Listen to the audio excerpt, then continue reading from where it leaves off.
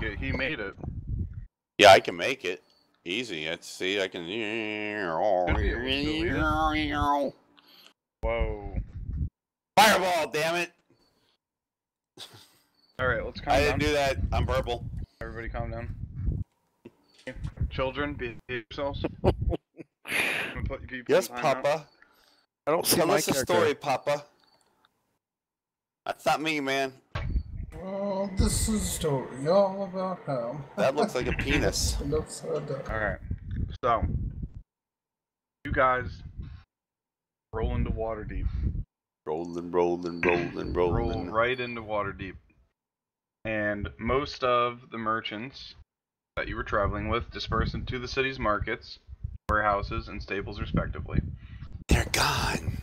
They've reached their destination, and you are all paid off for the final leg of the journey. That would have been awkward with me, wouldn't it?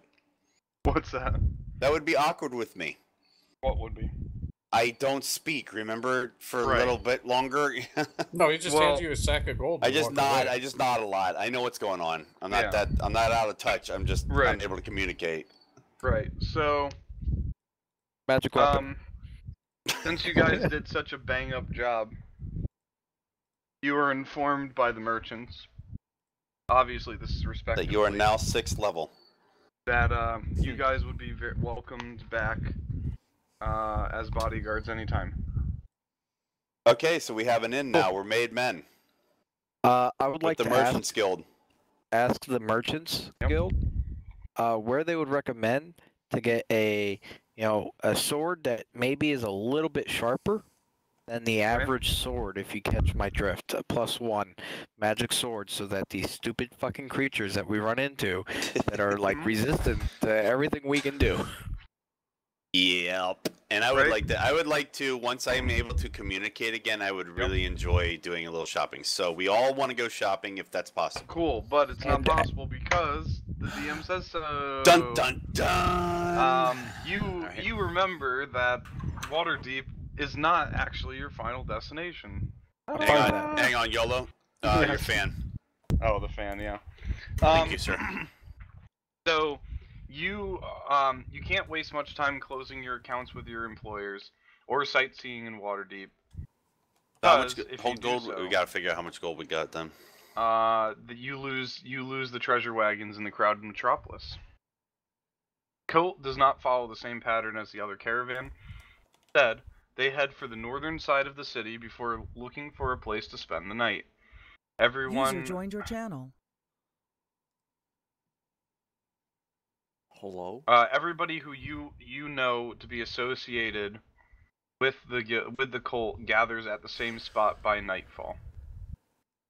Your friend, or the newly joined Red Mage of Thay, who again only Mental is aware of, Asbara Jaws, the guy that calmed the crowd last session. So you guys know who he is. Mental is the only person that knows there's more going on there than meets the eye. He remains with them during this time, and you guys realize that your friendly neighborhood gnome has popped back up. And she pops back up in the middle of the group as you guys are kind of keeping an eye on the cult, and she goes, "Hey guys," and she goes, "We need to stick with them and figure out where they're going." Chirp chirp, tweet tweet, growl growl. Cool. Hey gnome, since you have this like teleporting ability, if I give you gold, can you pick me up some sharper than sharp swords? Kind of looks at you and goes, "You can handle that yourself, bud." Slaps you on the back and disappears. Oh, I was gonna ask her where she's been. By the way, YOLO, we have a single solitary solo little lizard dude at the bottom of the map now. Oh boy. Rote and I have to go to a shady tavern and deliver this parchment. Yeah. For that dude. We'll get there. We'll get there. He said, "Fuck yeah." Could I do a? What kind of check would it be? Yeah, they got rid of things like streetwise and stuff. You know, what are you looking for? You're looking for would it be perception to see, since they're going to be going to a bar or something. Yep. The clan of evil red witches, red mage, black mage, and white mage. The red mage is a Fae, yeah. Yep, they're laid down for the moment. There's only one of them. Yep, but he's with the group that he's we're working with the cult. Yep. Since they're held up at a position right now. Yes. Would I be able to do a no perception check to see if there's like a store nearby, or? Yes, we'll get to that. Just let me finish going through the lore. Gotcha. If you guys inquire, and now we won't do worry about that. Oh, maybe we will. All right. So if anybody remember who Rezmir is, he's one of the half-dragons that's in charge of the cult. Yeah. If you remember from before you started the caravan, Rezmir had actually ridden ahead of the caravan that you were in. And if you ask around at the north gate, where the cult is gathered, if you talk to the town guards around there, they tell you that they heard rumors of a half-dragon being sighted in the area at least a 10-day ago. Everybody in the town pretty much remembers this happening because chromatic half-dragons are almost never seen and tend to cause alarm when they are. If this rumor is true, then the half-dragon was traveling with a strong escort of mounted guards headed north. From the information that you guys have from previously, from seeing, from talking to that, I can't remember her name now, but the lady that was in the cave, you remember that this is pretty much confirmed. You knew that they were going to be taking the north road from Waterdeep up the long road to basically Neverwinter-ish area.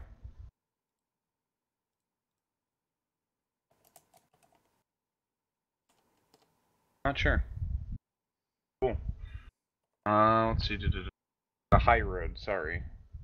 Yeah, the high road to Neverwinter, which is technically the western road. I don't know why they say it's the north road.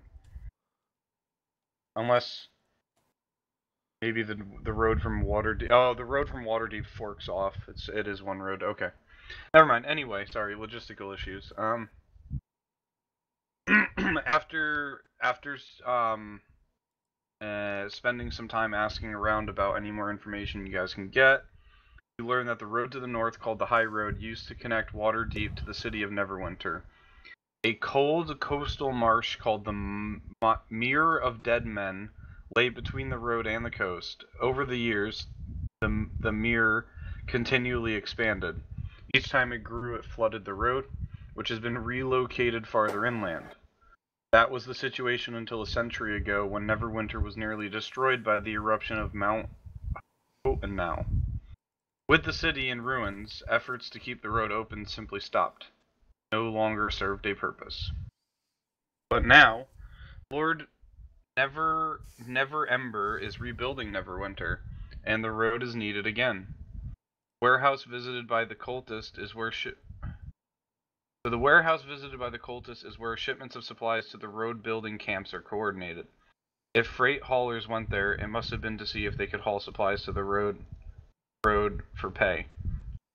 The characters ask themselves, are they hiring guards for the supply caravan? Sure bet your sweet ass they're hiring guards. It says you sure bet they are, but I just figured that was. Yes, yeah. The color flavor.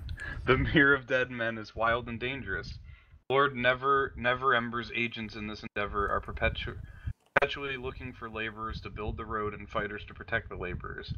Turnover in these jobs are particularly high. So it sounds to me, like Neverwinter isn't an actually established city in this timeline of this campaign. Yeah, this timeline. This timeline, Neverwinter's like the city in the Sword Coast, and between the two of them, they're the most iconic. It's the height of everything. Yeah, Waterdeep and Neverwinter are both Yeah. So The it sounds Central from Core. the lore here, it's almost posing the timeline is that Neverwinter hasn't even been really established as a town yet. It's more of like a settlement. Crazy, man. So, Or it was a destroyed settlement that's being rebuilt. Yeah. yeah. Well, yeah, it said the town was destroyed by the eruption of some volcano. Yeah. So. Crazy.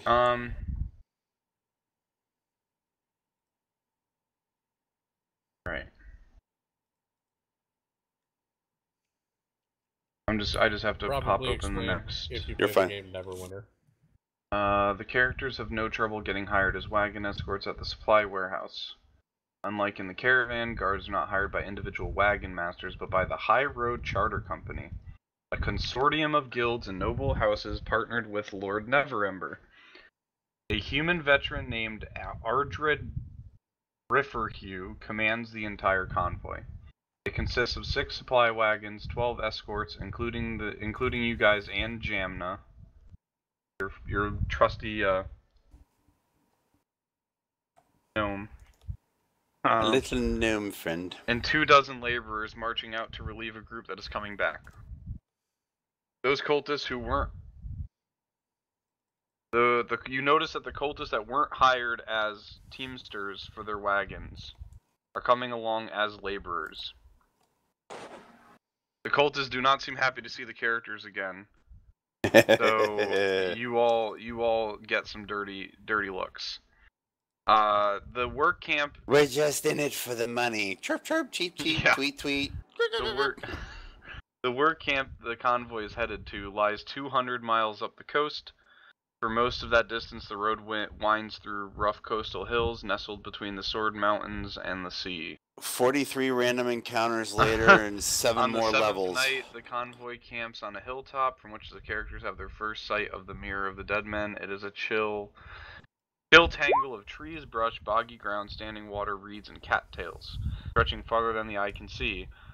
The rest of the trip is within sight of the mirror. The destination is reached sometimes on the 10th day. Okay. So, you guys have... So you've entered the town. You're keeping eyes on the cultists at all times. You see that they're, fucking around with the warehouses and setting up their jobs for the next day to continue out on the road. So that basically leaves you guys with a half a day in Waterdeep. So that will allow you guys to go shopping, and that'll allow Laryl to finish his little deal with the note. And I'll have a gave couple me of the days of normal conversation with people in order to get back into reality. What's that? The guy. Go ahead. The guy that gave me the note was murdered, right? Yes. Murdered. Murder And most foul. I'm the only one that knows that he was murdered. I thought you shared that. No. Nope, just that he found the note. No, the guy the note gave gave it me to the him. sealed parchment. But I didn't notify anybody that he was, murdered. I would have sworn, because we had a whole discussion about should we read it, and...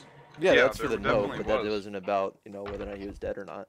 Well, yeah, like, we all knew he was dead because, the wagon was in rough shape. But we didn't know he was murdered. No, you guys didn't know he was dead. 'Cause the guy was still alive. The guy was alive when he gave it to Laryl. Right. And then when I So went what to go happened back was- to see if I can, buy, steal, or whatever it was from him, Yeah. and then when I walked on him, he was dead. Mm-hmm. So to catch everybody up, you fought the Steel Cobras.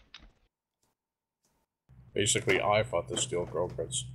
Hey. Well, Hey, it was I a team did- effort. I grappled. I killed asked- one It of was them. a team effort. I There killed was a maybe team one effort. or two of them. I D20 strength checked one's head impaled through mental sword. Didn't one of us get sent to the ethereal plane for most of the fight? Yes, it happens. What can I say? Fucking spikes. Alright, great. Damn. Who's the name of the man that you mentioned over there, Jaka?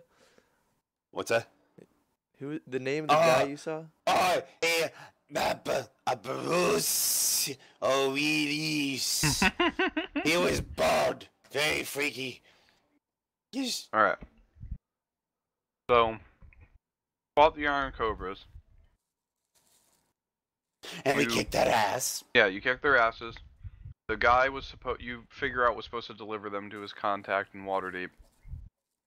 Obviously, couldn't do that. He wanted to thank Larold, so he gave him the sealed note.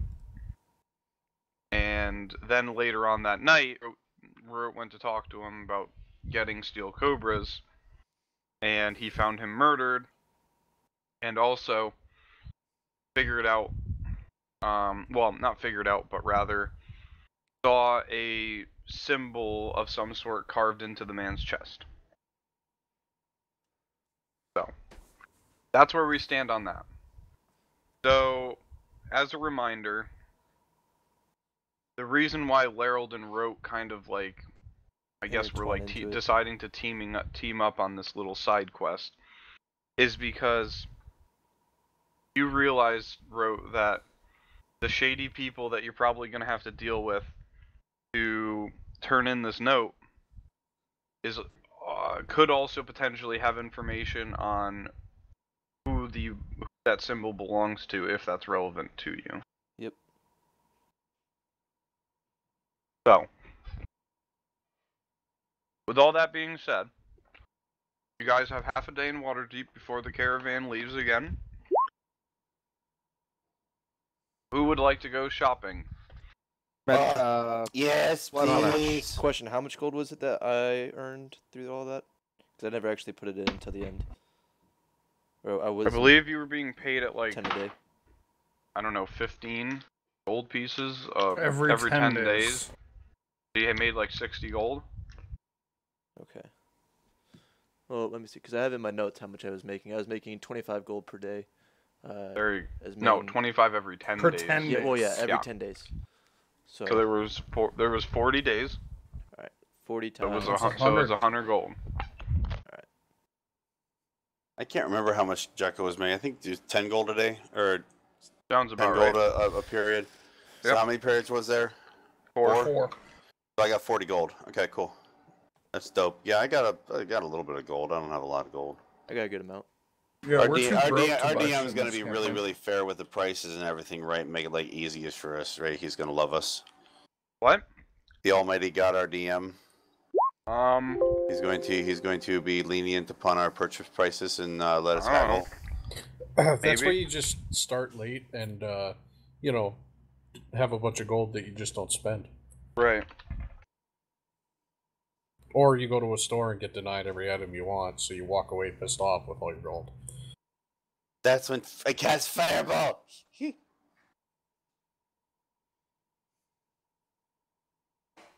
Jaka's unstable. Store. I don't want to grow up, cause baby, if I did. Okay. Let's let our friends shop first so that we can do the RP stuff after. So Yeah. you all meander into a weapons store, aka I don't know, Josh's Magic Item Emporium. It's not a real store unless it's an emporium.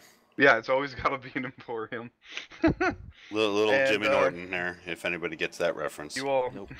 you all walk in, and you explain to the man that you're looking for some slightly enchanted weapons. And Josh looks at you, and he says, "Well, what are you going to be using these weapons for?" Protect Defense. caravans that we're in defense of. We had ran into a lot of actually creatures that are. Jaka spurts out. We are mercenaries. Jaka can't talk. Yeah, he can. This is Probably way a after good that. Hasn't been 24 hours yet. has it? Oh, you're Probably letting a us good go thing we now. can't Oh, talk, see, because I thought people you usually were. don't like mercenaries. What?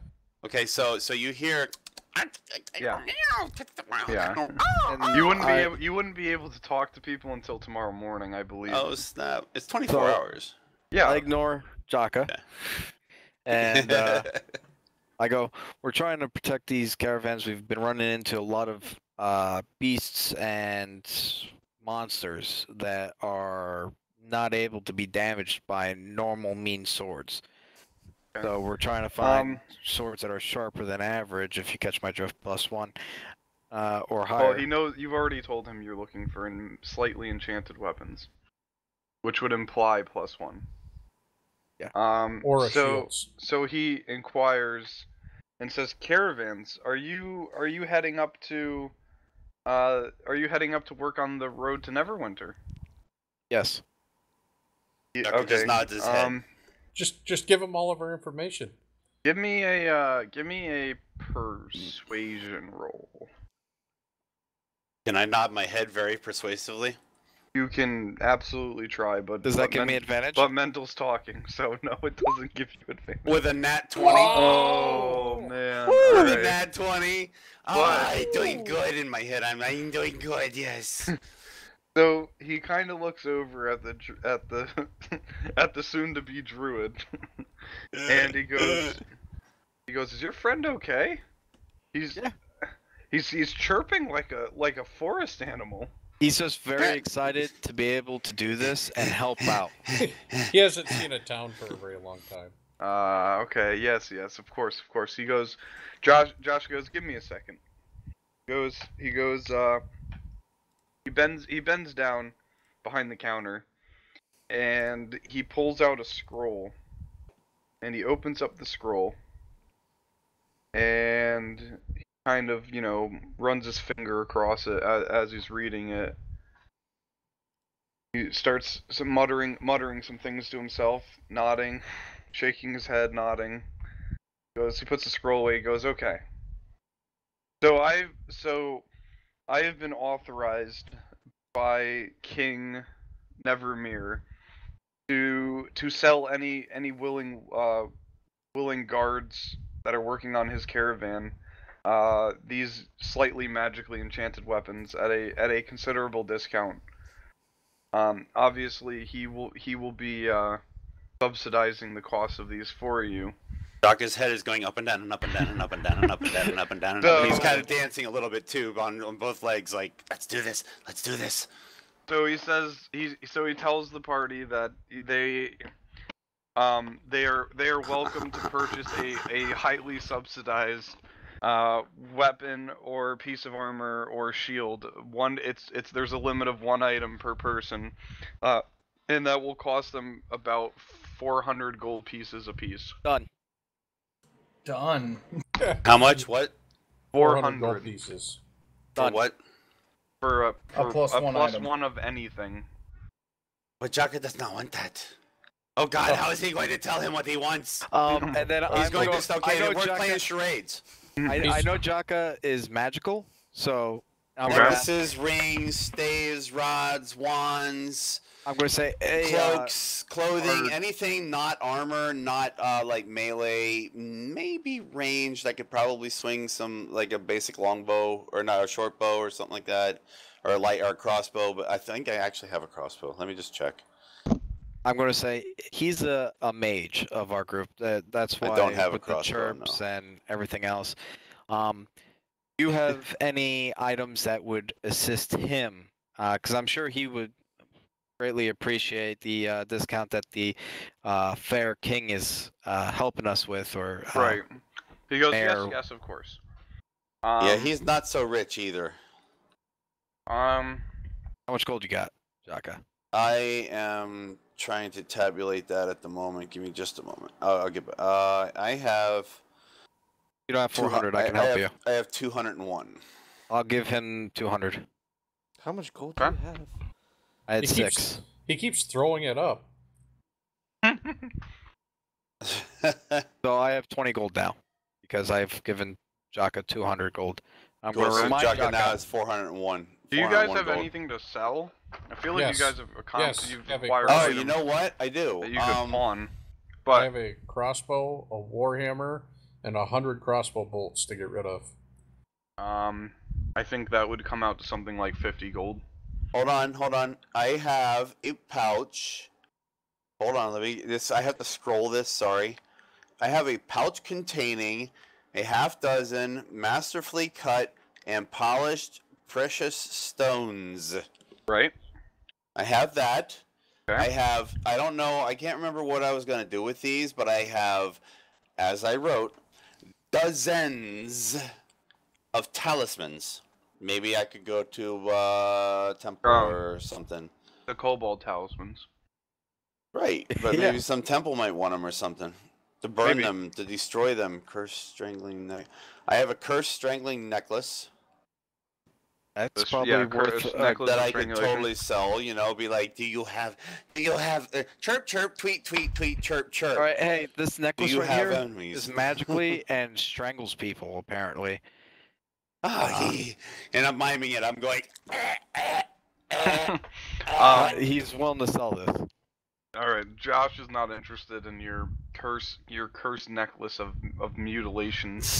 Or it's not a curse; it's a magical item that is. He knows. He says, S&M. "I don't deal with magical items of that nature." Okay, I show him the pouch. Okay. I pull out the pouch and I show him the gems. He says you would probably have to go to a gem, some jeweler to have him. I look at him like, oh, poo. Comes out chirp cheap. You take any animal parts? No. He deals with cash. Oh, He's a cash business. But he is interested in the crossbow. Because he knows he can't be understood. Jaka says, do you want me to just pee on everything in your shop? Tweet, tweet, chirp, chirp, tweet, tweet. Because he's a little bit biffed right now. Right. But you have your 400 gold now. 401. Yeah. Cool. I was just talking about later on. You guys could go sell your shit off. But sweet. So you had a crossbow, a what, and a what? A crossbow, a warhammer, and 100 crossbow bolts. Okay, so let's see. And there are no rings, necklaces, clothing items, helms. He'll be giving you a wand. A wand, okay. What will that cost me? 400. 400. I have 1 gold piece left. Awesome. Do you need a wand? So he's not into gold anyway. He's really not. Do you need a wand though? What does a wand do? I have a spell that can make a wand. So you would get if you hand him the warhammer, the crossbow, and the bolts, and he hands you 25 gold pieces. Shade. Warhammer, crossbow, bolts. Yeah, that's honestly, it's mundane. That's a fair So a use crossbow is worth 25, a warhammer's worth 15, and the bolts are just negligible. So Bob's wrong. He paid you a little bit over half price for it. That's more than I think that's more than fair. I could have given you 10 gold for it and still been justified because he's got to turn a profit on it. Yeah, that's good, man. A +1 sword, does that add to hit or just to damage? Yes. No, that's hit and damage. Hit and damage, yes. Yes, sir. That's +1 to hit and damage. So, needle pulling thread. You are pulling. So we'll start with Larold. Larold, you are wanting what? A +1 battle axe? Great axe. +1 great axe. Boom. That puts me at 0 gold because I gave every gold piece I had above 400 to our cleric. Okay. Sweet, man. This is working good. Wait. You dropped what gold did you give to the cleric? I donated it to your congregation when I confessed my crimes. Well, how much gold did you give me? I think it was 20. This was like 3 sessions ago. It was all of the gold because I remember getting 20 gold from. I thought there was an NPC that gave me gold because of one of my congregations. That was from the collections of your your services. Right. Yeah, I had given you 20 gold pieces for your congregation after I confessed my crimes to you. Oh, so you also gave me 20 gold pieces? Yeah. Yes. Oh, okay. I've been not keeping good enough track of that. I did not. Alright, so, Larold, you are handed a +1 great axe, and you drop a bag of gold coin on the counter. And then that transaction's done. Sweet. Bro, what are you looking for? Sir, you don't have anything what I'm looking for here. Okay. He kind of lifts an eyebrow and says, I mean, maybe. Do you wear you wearing obvious armor or you have obvious weapons? Maybe he could just kind of like go, on the sly here. I'll offer this to you if you wish to. My weapon is my mind. Right. No, if you have slippers of spider Do you have climbing. armor? I was gonna say magic items, dog. Shit, yeah, but man, this is a weapon shop.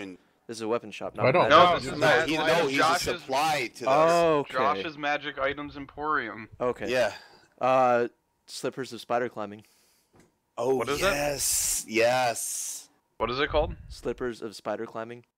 Purse of spider climbing? Slippers, like you slip on your feet. Spider climbing. Let's see, what are they rated at? Uncommon. Yeah, they're uncommon. Yeah. He'll give you those for 400. Damn, I don't have enough. How short are you? Do you have a 200 belt of dwarven kind? Well, hang on to that because if he doesn't have my item, I'll give you the money. No, I have the tankard of what you call it, but I'm gonna keep the trick tankster. Yeah, my tankard. my parlor trick.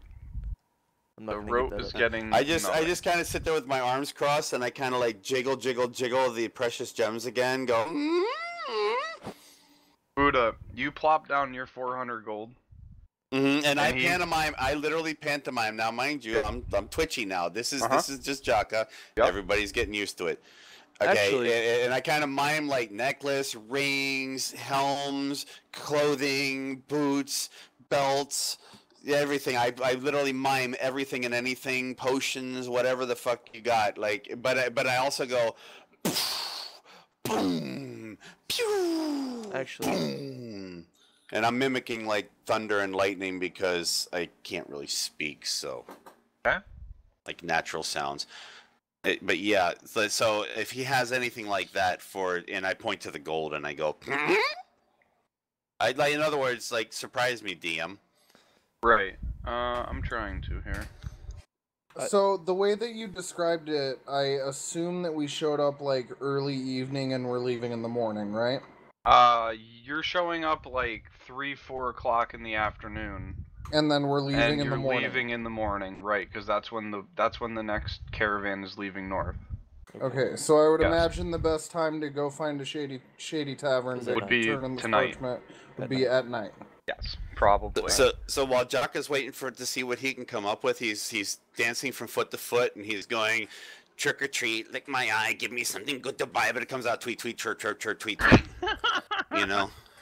Oh my god. So I'm actually gonna walk up to him and hold up my handcrafted scimitar that I have.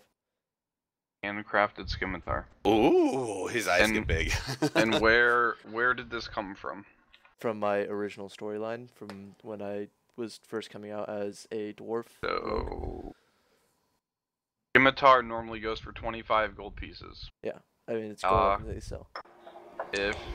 So it gives you 12 gold to sell pieces it and for one like silver. 40, sure, because it's nice and fancy, but it's not gonna be like worth thousands of gold.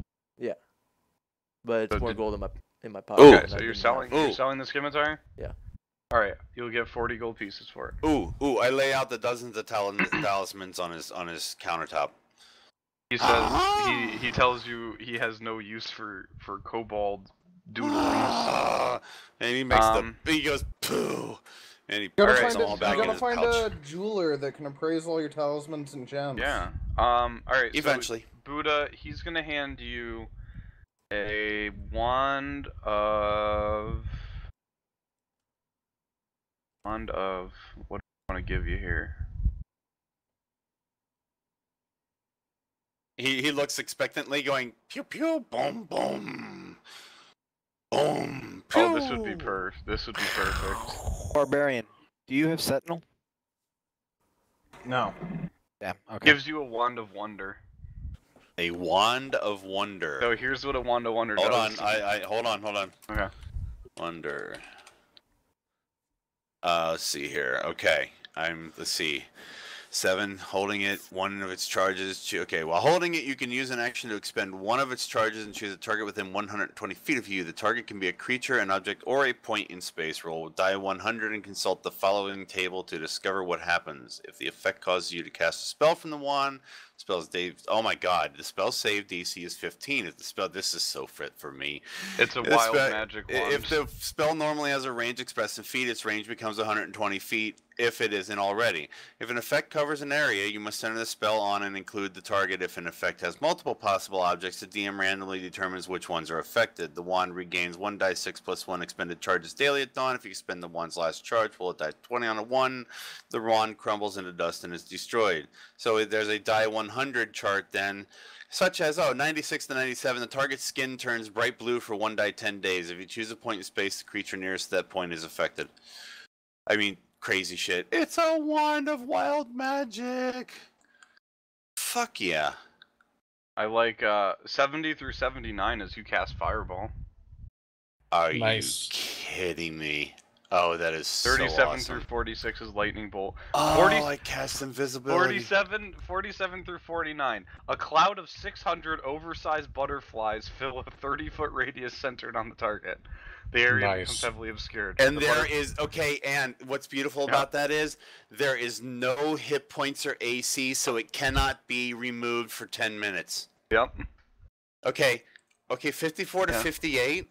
Yeah. You cast darkness. Okay, for the duration of the spell. Okay, that's what that is. Okay. I was going to say that's forever. Grass grows on the ground in a 60-foot radius centered on the target. If grass is already there, it grows to 10 times its normal size and remains overgrown for 1 minute. Dude, that's there's so much goodness. Yeah, Jaka is literally bouncing up and down, and he's just going to kind of go around the shop now and leave the rest of you do what you want. Yeah. He's cool. He's all right. Happy. Charlie, what are you looking for? Gauntlets of Ogre Power. So no, because you have other options here. And what are my other options? Your other options would be a weapon, a shield, or a piece of armor, which you would all technically use. Oh, the only reason they got to pick outside of it is because they don't use it. Right. Okay. No magic rings. What kind of armor does he have? Whatever you want. He has everything. Oh, like, because I already wear plate armor. You could get +1 plate armor. You can get +1 plate.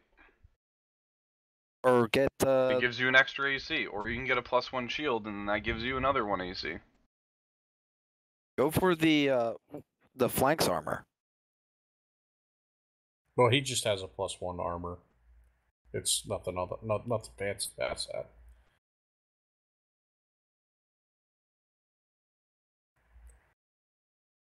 What is it? The S armor. I'm thinking.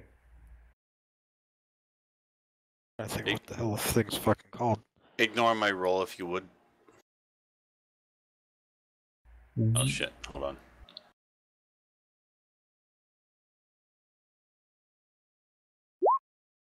on. Yeah, I'll take the plate armor. Take a +1 plate, sure. Oh, okay. You hand him 400 gold. He hands you +1 plate. Oh geez, Buddha. Alright, yeah, I guess that's that does lightning work. ball. Nice! Alright. We're gonna have fun. As everybody mental, you didn't get anything yet, right? What are you getting? Armor, weapon, shield? Weapon. That literally means I can make my armor class a 23 Great now. sword. Great sword. Oh, alright. Man. +1 At 5th great level? sword. That's dope, dude. Dude, I have a +1 great axe. Awesome. Alright. Cool. So bypassing that magic resistance or immunity, man. Heck yeah. Everyone's got their weapon, everyone's got their little upgrade. We're good with that. Cool. So, now what do we do? I will ask Charlie Papa, since there's time before evening fall, if he would like to go to the nearest holy place with me. Damn. Sure. I mean, it's a date, big boy. We could find out if there's any shrines for my god, because I would have preference to that. Not necessarily a church, but a shrine. Yes. You find us. You go to the Dorvish side of town, which is very small. Little dwarf town. Yeah, little dwarf town. You go to little big dwarf town, and you find a statue to your god. A little shrine, nothing. Big dwarf town. Jesus. Sorry. Is there an acolyte to Moradin in this little dwarf town? No. There's a statue of Moradin. I'm gonna donate 55 gold pieces to Morden. So you're just gonna like throw it at the statue? Well, if it's a statue in most fantasies, there's like an offering place, right? Like they hold a plate or something that you put the actual offerings in for that god. Right. Okay. So essentially I would be just putting it wherever the offering would be accepted. Sure. There's a box next to the statue that says offerings. Alright, You place the money in the box, and then you assume that somebody of holy nature will come by and collect that and ship that where it needs to go. Well, it doesn't matter who collects it because my god is seeing me do it, so... Okay. So I will give, essentially, my god 55 gold pieces. Okay. Biggest scam in the world. Roll religion for me. With advantage. Oof. You feel tingly on the inside. I don't have any gold, but I will put 20 silver pieces into the offering plate. Okay. And Roll religion. I gotta pull up my actual character sheet. I tried to click on my PDF. Give me a sec. I have -1 religion. Hell yeah. Let's do this. Alright. You also feel tingly on the inside. Alright, Oh, and just so you know, as the DM, the way I got that gold was it was 20 from Gerald or whoever, 20 from that random guy, and then the rest is 10% of all the money I've made, and 100% of the money I made on. While you're on your journey. Yep. Yeah, I got you. Now, Charlie, you and I don't know. I would like to shift my alignment from neutral to neutral good, if I may. Yep. You may. Charlie, you are going to... You know what? Fuck it. Both of you gain inspiration. Because Hell yeah, Charlie... I'm inspired to be good. Charlie is being good, and... Gerald is RPing correctly. I'm also going to pull out... I have a religious context. I'm going to pull that out and annotate in there, basically, Gerald's journey. Gerald? Who's Gerald? Taven. I am Gerald. My character is Taven. Taven. Alright. Taven's journey He's getting both through his religious transition. Bards will sing of his conversion one day. For my religion check, I'm just praying to my god. Okay. I'm also gonna feel tingly on the inside. My god's name is God, Jesus Christ. The one true God. The one true God. My god's name is Jesus. Maybe you've heard of him. My god's name is Jesus. My god's name is DM. I don't argue with him in the middle of fucking battles. Buddha gain inspiration. Dude, because hey, listen, and there is story to this. Remember my alignment changed? Okay? Yep. I used to worship Bahamut. Yep. I'm now chaotic neutral. I can no longer worship Bahamut. So Nope. now my DM is my god. Damn, you're not actually inspired. Oh. Yeah. It's forced. It's forced. You didn't have a choice. Oh.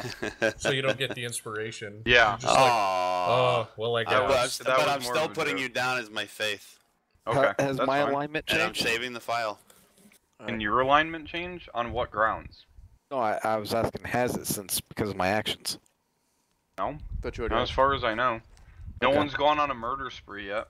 By the way, your name is spelled D-E apostrophe space E capital M. D-E-M. Okay. Alright, All right. now I Deem. want to do what I observe to be the greater good, as opposed to just being a neutral mercenary. Damn. I'm rubbing All off right. on him. long as I get the kill shit, I don't give a fuck. This is good. Okay, so Wait, so I still have my initial plate armor, right? traded it in. Unless you really needed it for some reason. I just kind of a thing. I have a spell that makes it so I can transport my armor onto another person in battle. Okay. So I was just kind of a second set of armor might not be a bad thing to have on hand. Keep in mind that if you transport plate onto somebody and they don't have the strength requirement to wear it, they would. Yeah, that would not be good. That would be awesome. Do it to Jaka. Just falls down. I'm down for that, sure. There would be some interesting interactions with those rolls. So He would have disadvantage. Well, I know, but I could also put it on enemies that we're fighting. Yeah, so we're gonna say you don't have that, so that's good. There you go. Okay. There you go, ethereal god and friend of Bruce Willis. Hell yeah. Alright. Cool. Are we anywhere near that magic shop still? I mean, I guess. Why? Because I just realized I can sell my ring of evasion. I'll take the ring. Nah. What I'm looking for to get is much more useful than the ring of evasion. How much you want for the ring? You get 200? No, I gave away my 200 so that the rest of our party could be better equipped. Wouldn't you want your party to be better equipped? Yes. Which is why I'm trying to get my spider climbing.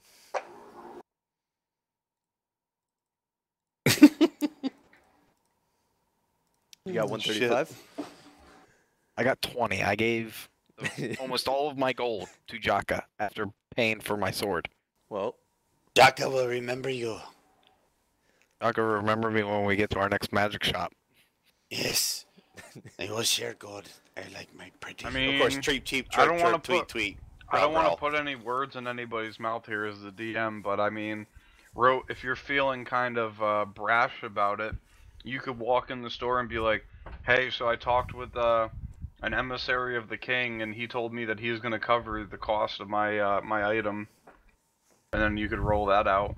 Could. Oh, that's sweet. But keep in mind there are ramifications if you fail that roll. So, Dun, dun, dun. I mean, it's up to you. Can I take 10 to forge a notary? Oh, nope. Shit, that's my other character. Damn it. Are you skilled in the, or do you have that ability? I have a forgery kit. Are you proficient with a forgery kit? I've done it before. In a campaign. On. In a different campaign? No, in this campaign. Okay, but are you proficient? I didn't know you had to be proficient. Yeah, you have to be proficient. You can't use tools unless you're proficient with them. I mean, it's came with my background, my secret identity. Then you're proficient. Yeah. Normally, the only way to get tools on your character is to be proficient with them. Yeah, I mean, that came with it. Like, I'm proficient with stone cutting tools. Sure. You can give me, you can attempt to make a royal decree that your costs will be covered. Give me a deception roll. Okay. Cool. Cool. I suck at it. I think it's but you don't know advantage. He used crayon. So, Rote, you walk in the store, and Josh looks at you and goes, "Oh, you're back." And you hand him this note. I'm pretty sure after, realizing I've made a shit-ass fucking Oh, no, thing. you think this thing is great. You didn't let any of us look at it. That's how rolls go, man. You're convinced this is the best fucking thing you've ever made in your life. Yeah, Dude, you literally took like crayons and just smeared them across the piece of paper, and you're like, damn, this thing looks damn good. So you walk in there and you hand him this piece of paper, and he looks at it and he's like, kind of chuckles to himself, and he goes, "Nice try, little one," and he pats you on the head. Nice. And then he doesn't even recognize what you're doing, and he's just like, "Oh, you drew me a picture?" No. He knows what he's trying to do, but he's it was so He thinks bad. it's cute, huh? Yeah, it's so bad that he can't even be mad at him for trying. He's like, oh, that's adorable. You tried to scam Little me. Aww. Johnny's trying hard. He says if I could Tired of the beatings. If I could give you one piece of advice, little one. Oh yeah, he's a half giant, by the way. Thank you for that information. That could have been an hour into our roleplay. Yeah, that's fine. He pats you. I don't know. I'm just making this shit up as I go, man. You're good. You're good. You're good. You're fine. He pats you on the head and goes, "Little one, if I could give you a piece of advice, next time instead of trying to use crayons, try using a pen." They duped me. And sends you on your way out the door. Oh, that's fantastic. All right. That's fantastic. So we are now moving into the later hours of the evening. Everybody, Ladies of the evening? What? The early hours of the evening, yes. Ladies of the evening, gotcha. Oh, okay. Sure. I'm playing with my wand. So you guys haven't had a long rest. I will not put it down. So, you guys are pretty tired. Are they okay with exposed wands in this city? Yes. Okay, good, because I'm just playing with my precious. Yeah, not exposed penises, but exposed wands. No, I don't expose my penis. I just exposed I might not have one. So everybody's getting ready. Everybody regroups at the inn. And you guys make arrangements for your sleeping arrangements for the night. And that's where we're at. One question. Before this is something that is not going to require magic or anything. Before I would have went to sleep, is there any way to attach a chain to my sword? Do you have a chain? I'd go to a blacksmith, pay him to attach a chain. Crafting chain takes a while, dude. Like, there's no way to have like an already chained. That's like a I would say that's a minimum 3, possibly up to 7 day. You'd have to roll for that. I will go to Rote and I will inform him. Rusk, we still have to deliver this parchment for that merchant with the iron snakes. Will you help me find a tavern that would host the kind of people that would be interested in such things? Actually, my character's proficient in smith's tools. I could make a chain if you provided the material. You would need the material and like 5 days to craft it. Right. I'm just saying that. You'd need access to a forge. You'd have to rent space in a forge, probably. And Charlie, that's 5 days of you doing nothing but crafting it. I'm just letting him know it is a possibility. Okay.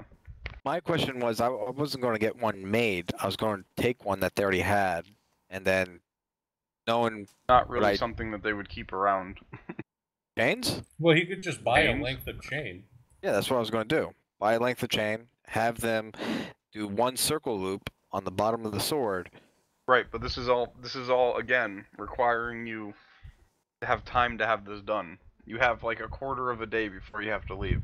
Yeah, okay. You guys were resting. Rusk and I both leveled up after the last battle, so we should have gained the benefits of a long rest already, correct? I would say yes. Now, yes. You can roll it yes. But you guys will still have time to sleep. Okay, so Rusk and I will go to a shady-looking tavern. Okay, do any of you know Thieves' Cant or have any... Well, Rote might, actually. Rote, yeah. Do you know Thieves' Cant or have any way of knowing, like, shadowy figures? I mean, didn't we discuss this before? My secret I see invisible people! Secret identity, no, like for real. I'm like a back alley kind of guy, part of the Harpers before the change. Right. So right, but can you read Thieves' Cant specifically? I don't have anything for that. Okay, that's what I needed to know. So instead of you noticing walking around town, there's certain things, etched into places around town in Thieves' Cant. Low symbols. Say, that hey, you this won't. Is over here. Well, it's more of like notations. Yeah. Like the Thieves Guild shit in like Skyrim, like, hey, this place is safe, hey, this place has been looted already. Yeah, there's a whole list of those, and they're everywhere. Mm-hmm. Uh-huh. So you won't notice anything like that. So you go into one of the local, or actually, you know what? We'll have you just. You go down to the inn that you're already in. You're in a pretty well-established place, and you go up to the barkeeper, and the barkeep is like, "What can I do for you?" Okay, so the seal that he used on the parchment, Has if no I'm symbol. not mistaken, has no symbol. Right. Okay, I thought that was what I was supposed to show. Well, you have to find a sketchy place first. Okay, I ask him if there are any bars he knows of in the area that would be hosting less than reputable people. He goes, there are. Would you tell me where I could find one? He looks at you and says, perhaps. I will place 5 gold pieces on the counter. Or not gold pieces, silver, I don't have any gold. I will place 10 silver pieces on the counter and say, maybe we can barter for information. Roll persuasion with advantage. Nice call. Alright. He looks at the coin. Looks around real quick. Slides the coins into an empty tankard. Throws the tankard under the counter there. And he kinda looks around again. And he says, if you're looking for shady people, go down to the Sleeping Hog. Don't be making fun of my wife.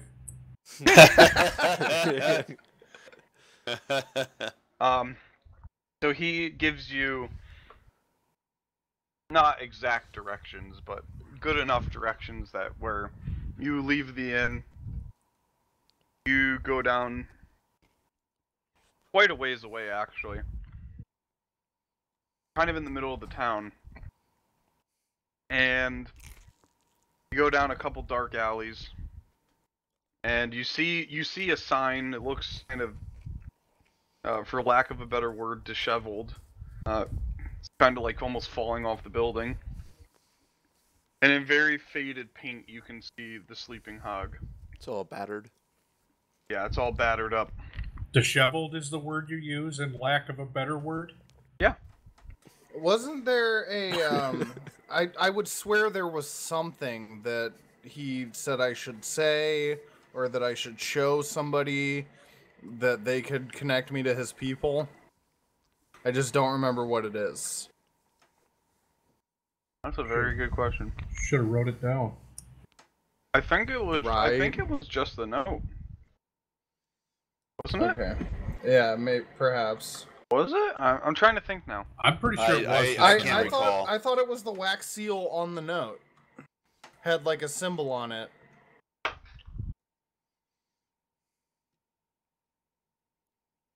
Did it? I thought it didn't. I thought it was distinctively left unmarked. No, well, I thought that's how something else was left.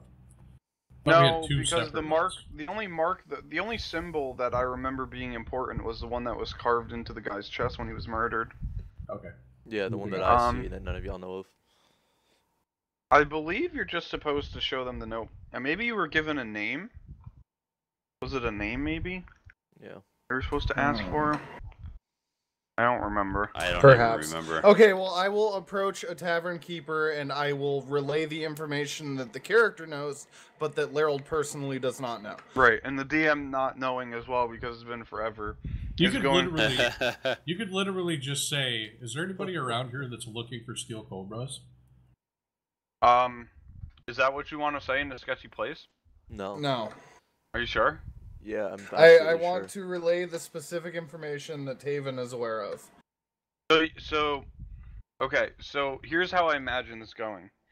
Because Taven doesn't seem like really associated himself with sketchy places before. Taven opens up the door and he's like, "Hey, barkeep!" And he takes out the note, and he's like, "You know who this belongs to?" Okay, I also have the all eyes on me background feature. Yeah. That grants me access to information I might not otherwise have. Okay. Alright. Unfortunately, that doesn't really do anything with as far as shady people. That would be like more of like a privileged high society kind of thing. You know what I'm saying? Well, it's because I'm a foreigner and my accents and mannerisms. People are like, "What the fuck's up with this guy?" Yeah, they're not going to treat you like a local. Yeah. Noble scholars, merchants, guilds might be among the interested. So right? what like I I said, do... high society. Yeah. You're dealing with lower than low society right now. Yeah, so but this is guilds. this is You are dealing with the Thieves Guild. No, there is. What you're not understanding, Lerald, is that there's specifics like perks as for multi-classing or being a rogue itself, or rogue-like classes and subclasses that actually give you these kinds of abilities to manipulate like the undercity of places and stuff like that. Like me being, you know, my changeling, how I've created my character to be, half shady. Specifically, I'm not saying just from a background wise. Well, yes. I'm saying there are specific backgrounds. There are specific like perks you get from playing certain types of rogues where you learn Thieves' Camp. You have the ability to navigate the shadier parts of cities more easily. You are more respected by people of less than honorable stature. So the way I picture Taven doing it is not necessarily like yelling, but like walking up to the bar, ordering but these a drink. are things you're not telling me. I mean, I'm just left to my wild imagination. Into the bar, ordering a drink, which I assume only costs like a small amount of copper. Well, what you already have me with you. You've asked for my assistance on this. So. Okay, so I'm gonna order an ale. How much is an ale? I am pulling that up right now. Something our group really has a shortcoming on is creating a plan. Yeah. Yeah. Well, also people, superimposing ideas, including before doing, talking about it. Including a battle plan, like a tankard of ale is about 2 copper pieces. Hell yeah! All right, so I will also tip him. Okay. He nods at you and says, "Thank you, sir." Copper piece, and I will hand him the note and say, "I was guarding a traveling caravan of merchants." Do you not want my help at all? And the merchant told me. I guess not. The merchant told me that I might be able to find his. I don't know. His buyer. Yeah, his buyer. Here's a note that he gave to me, or whatever information I'm supposed to relay. User in your channel timed out. I'm here. I can help you. I know. I'm just trying to do this casually, really quick. So the man, the innkeeper looks at it and he says, he holds out his hand and says, "May I?" Absolutely, and I hand him the parchment. All right, he takes the parchment and kind of steps aside. He's not going to do this right at the counter. And you see him take a candle from the side of the room, and he holds the parchment still sealed up to the candle, and he sees, and you're gonna have to give me a perception roll on this, I guess, see if you know what he sees. You want us both, since I'm apparently there? Perception. 8. Okay. Should Rote roll one as well? Is Rote standing at the bar with you? Yeah, Rote's in the bar with me. Apparently. Okay. Rote is my companion for this. Sure. Rote can roll perception. All right. No, my character's like, well, you don't want me to do any of the talking for you. Yeah, so your I'm not gonna do character's shit. just like pissed right now. He's being grumpy. He's being Mr. Grumpy Pants. All right. Well, I mean, he's got to ask questions once we actually find the guy. So, so the barkeep runs this parchment over a candle.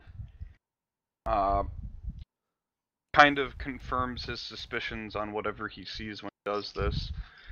Hands the letter back to you and says, "You'd best be looking for the wolf."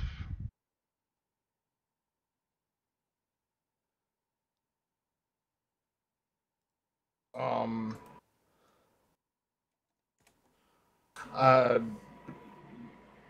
not sure what that means. The guy looks at you and says, "The one-eyed wolf is a very well known he kind of pauses for a second and says, entrepreneur around these parts. You'd best be looking for him." Do you have an idea of where I should start? He points his bony finger the back of the inn in the corner where you see a semi wealthy looking person sitting in what appears to be some not I don't know how to describe it, not exquisite clothes, but a lot fancier than your normal clientele of a bar like this. Okay. Then I will get up from the bar, I will approach the man, I will sit down, and I will, quietly... No, you do not do that. Oh boy. You do not just go and walk up to someone. User entered your channel. Yeah, so as you do so, as you approach this man's table and attempt to sit down, he kind of looks up at you and gives you these, like this death stare, and he's like, "I didn't invite you to sit down with me." I will bow my head to him and say my sincerest apologies. I am looking for the one-eyed wolf. I may have run into one of his merchants and have a message to relay to him. As he kind of looks interested, intrigued. He says, "You say you're looking for the one-eyed wolf. Well, you've come to the right place, for I am he." He says, "What information do you propose that you have for me?" I am unaware. I was given the information in a sealed parchment. I was told to deliver it to you. Your merchant had some mechanical snakes that went... Okay, and as you say that, he goes, "Hush! Precious cargo. Continue." Some precious cargo that went a little crazy, and there was a situation. I was told to deliver this parchment to you. And I will hold out the sealed parchment. Okay, before you hold out the sealed parchment, he looks over to Rote. I'm still sitting at the bar. I'm not moving next to him. Okay. He's on his own for this. So before you pull out the parchment, he says, "With all due respect, I don't think you are qualified to have this type of conversation with me. I would much prefer to speak with your friend that you walked in with." And he kind of shakes his head over towards Rote.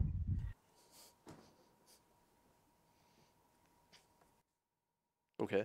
Okay. I will tell him that I will be right back. And I will approach Rote, and I will ask him to come and speak to the one-eyed wolf with me. I'm gonna get up with my tankard. Yep. Fully empty. So he's a good tankard ale deep. No. Damn. No. Damn. This is my Lodestone tankard.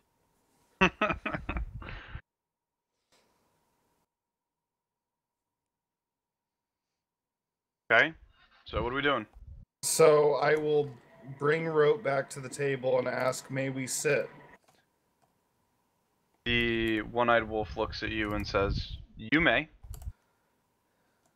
Okay, we will sit at the table, and I will place the parchment on the table. Okay. And say, this is the message I was told to deliver. Takes the parchment, breaks the seal, and reads the note. Ro, as you're walking over and/or sitting down at the table, give me a perception, maybe give me an investigation check. Or an insight, maybe. I don't know. Was this going to be insight? Insight? Let me see if Hold on. That. Insight. No, not insight. Investigation. Damn it. Insight is to tell if somebody's lying or not. It's not what I'm trying to have happen here. Okay. Alright.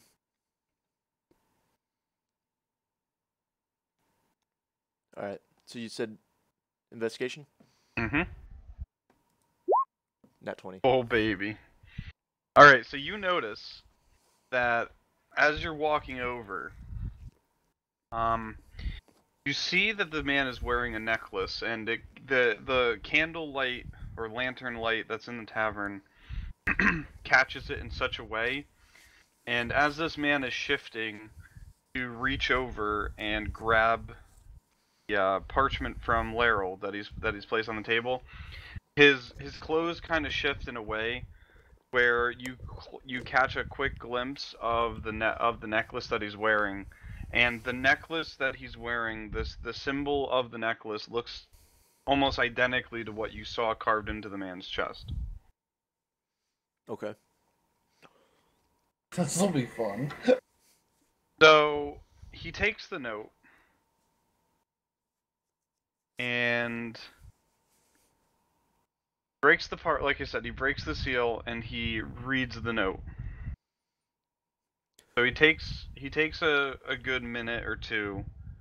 You kind of get the impression that obviously he's not slow or stupid. He's just processing the information. Yeah. Let me use one second. I'm trying to read which one I want to use.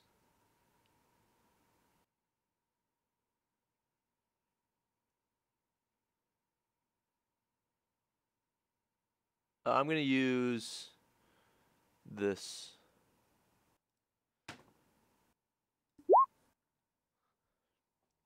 Oh, why does it still say VSM? It should not say it. There we go. Okay. So yeah. Okay. So I'm gonna use that, and so I can see, hidden and invisible creatures, regardless of the lighting conditions. Sure. That is not the full thing, actually. You see nothing of interest. No. Sorry, didn't mean to click that one. What it actually does, perceive the unseen, awaken discipline. As a bonus action, you gain the ability to see the auras even of invisible or hidden creatures until your concentration ends. So I can see people's auras and read, what their emotion state is. It says the auras of invisible and hidden creatures. But right? This guy is neither hidden nor invisible. All creatures. All creatures. All creatures, including hidden or invisible. Okay, and what dictates his aura? What kind of information their mood should I interpret that as? Their mood, what their stance is at the moment. Okay, so he's in a frustrated mood, and he has a dark red aura around him. All right. I'm going off of, anime and movies and fantasy, and implying basically that he's not your typical lawful. Perfect. He's not a lawful neutral individual. Yes. Which I'm sure you would have already interpreted from seeing the necklace match the murdered body. Yes. Cool. All right. So. But that's just something I was using so that way I can determine, his stance with seeing the note. Yeah, he's not happy about it. It's not really like, you know, like anything major. It's a setback for him. Yeah. Dude, we're simply doing the service. So he reads the note. Like I said, he takes a minute to process it, and he rolls it back up.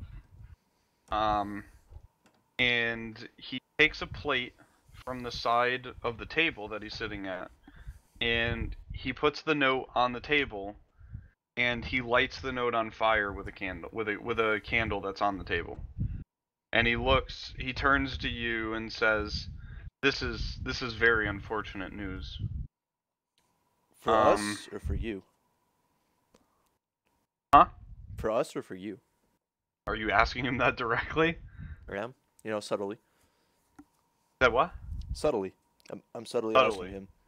He goes, mostly for me, somewhat for you. You see, the issue that I now have is that my, how should I say, fellow compatriots were really counting on this delivery of how we should say precious exotic goods. reptiles. Yes, exotic goods. And as I'm sure you would understand, seeing as how my goods have not arrived, I must be made whole. And this note details the events of what has transpired. So I am fully aware of the situation that unfolded during your travels. So Go on. So he kind of looks at you and says, "There's two ways we can do this: easy way or the hard way." What might the hard way be? He wants you to pay for the snakes you killed, guys. That's the easy way.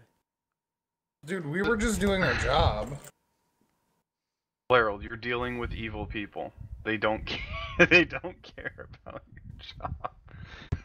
Dude, that merchant said they would reward us. Yeah. And by reward you, he meant not kill his family for not bringing the snakes. Yeah. Harold, I want you to imagine walking into a shady place and talking with like a mid-level like mob person and just saying to them straight face, "We're just doing our jobs." Imagine but you also need to imagine that you're a cop. Yes, you also have to imagine that you're an undercover. The way I see it, literal right now, is you're that that very gullible kid.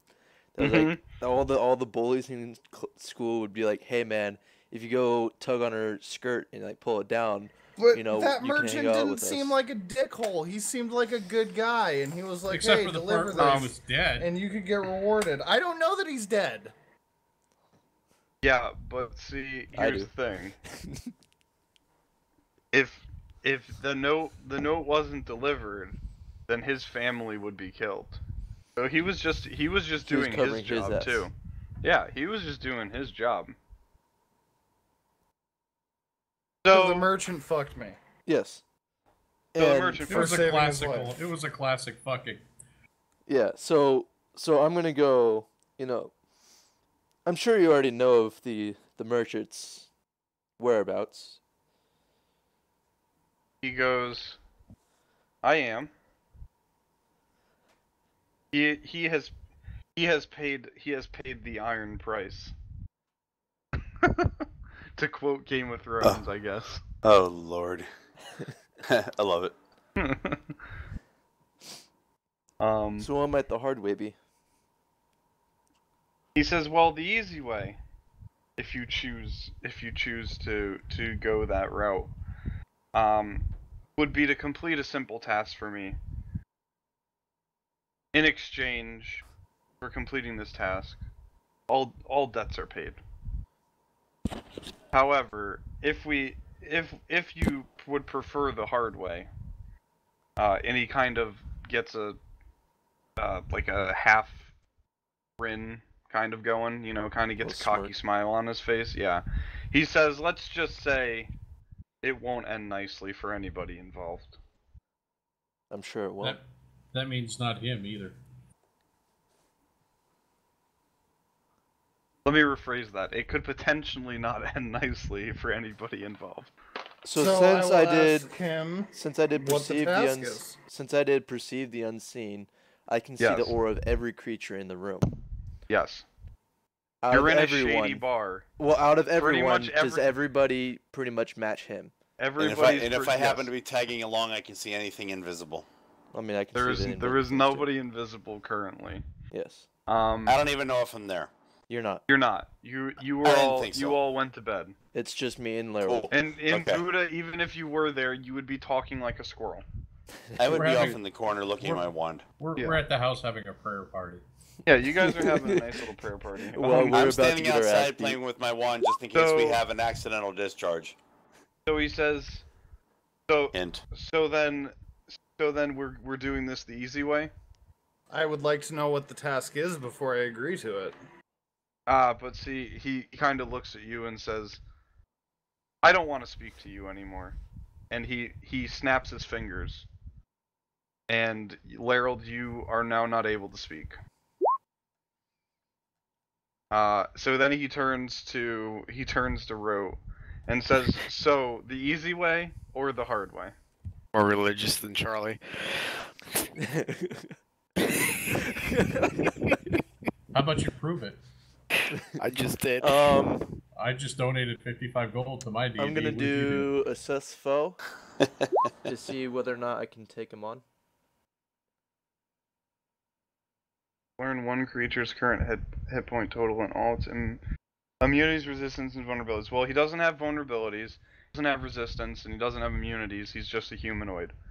As far as HP, he has 125. I believe he's like a level 14 dark mage or something like that. You're fucked.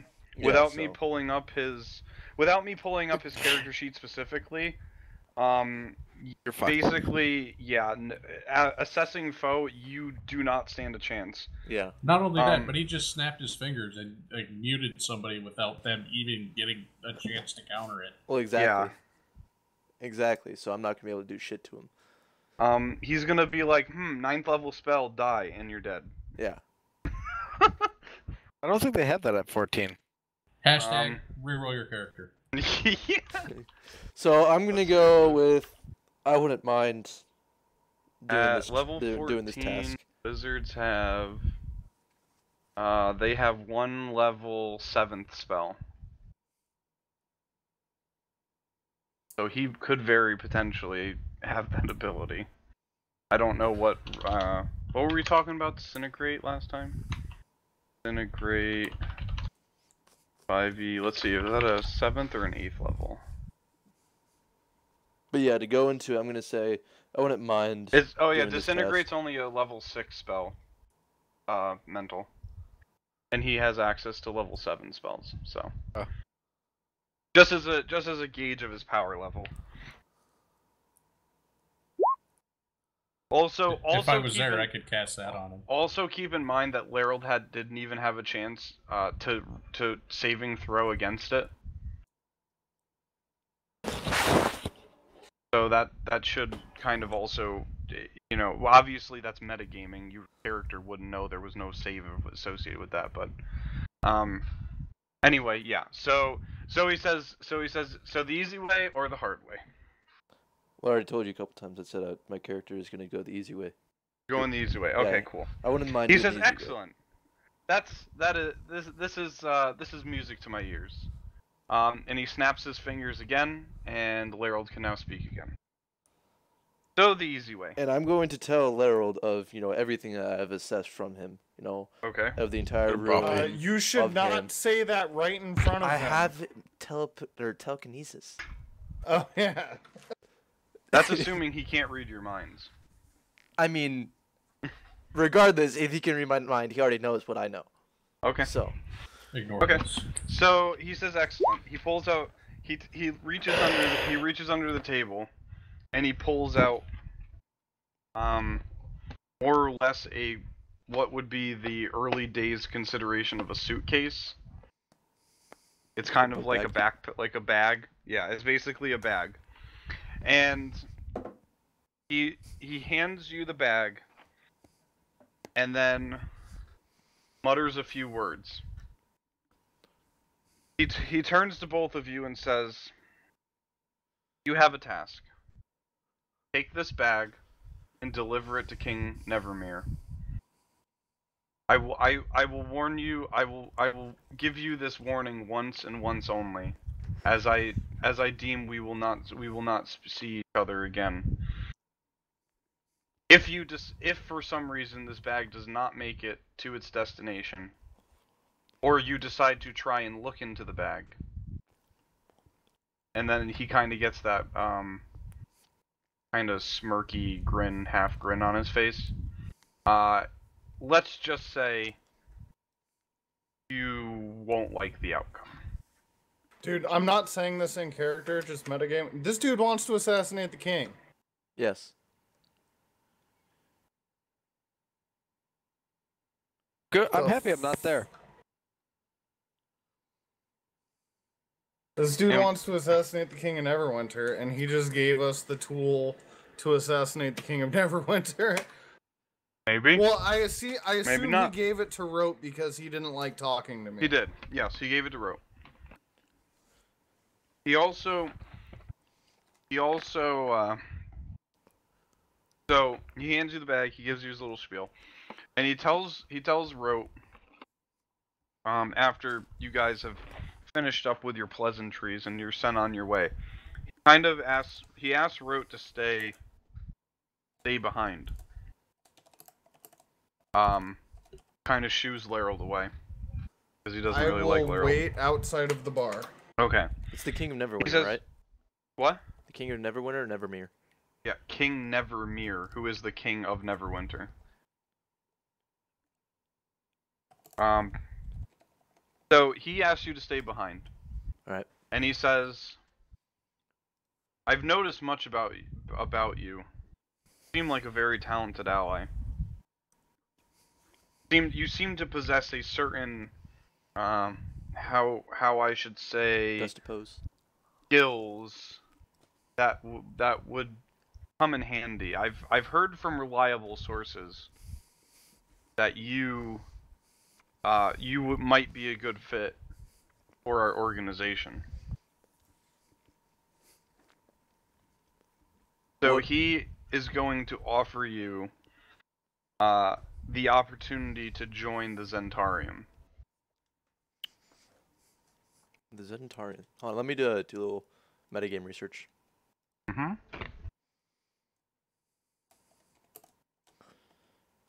Zentarium, Z-E-N-T... Z-H-E-N-T-A-R-I-M. The Zentarum. Zentarum seek to become omnipresent and inescapable, more wealthy and powerful, and most importantly, untouchable. The public face of the organization appears much more benign, offering the best miracles money can buy. When a merchant needs an escort for his caravan, when a noble needs bodyguards to protect her holdings, or when a city needs trained soldiers to defend its honor, then Tsar provides the best trained fighting men and women money can buy. However, the cost of doing business with the Black Network can be high. The Black Network wants to make it necessary and preferable even to deal with its members. It wants to secure over time on iron-fisted monopoly. Members must be the best, the cheapest, the fastest, and the most secure at providing services and goods, both legal and illicit, willing to lose coin if it means destroying a competitor, and securing profits from everyone they deal with, except when to do so would work against the Black Network's ultimate goal to make everyone dependent on it. A member of Zentarium thinks of himself or herself as a member of a very large family and relies on the Black Network for resources and security. However, members are granted enough autonomy to pursue their own interests and gain some measure of personal power or influence. Benefits: 1, Zentarium is a family. You watch out for it, and it watches out for you. 2, you are the master of your own destiny. Nevertheless, never be less than what you deserve to be. 3, everything and everyone has a price. Goals to amass wealth, power, and influence. So, with me being a part of the Harpers, would that affect anything per se? Absolutely. So I would have you'd have to disown the Harpers. So the interaction between the Zentarium and the Harpers is interesting. They're both shady black market organizations. One's the control piece, which is the Harpers. The Harpers want to restore balance to the world. Yes. They're kind of like the Jedis. Yes. In a way.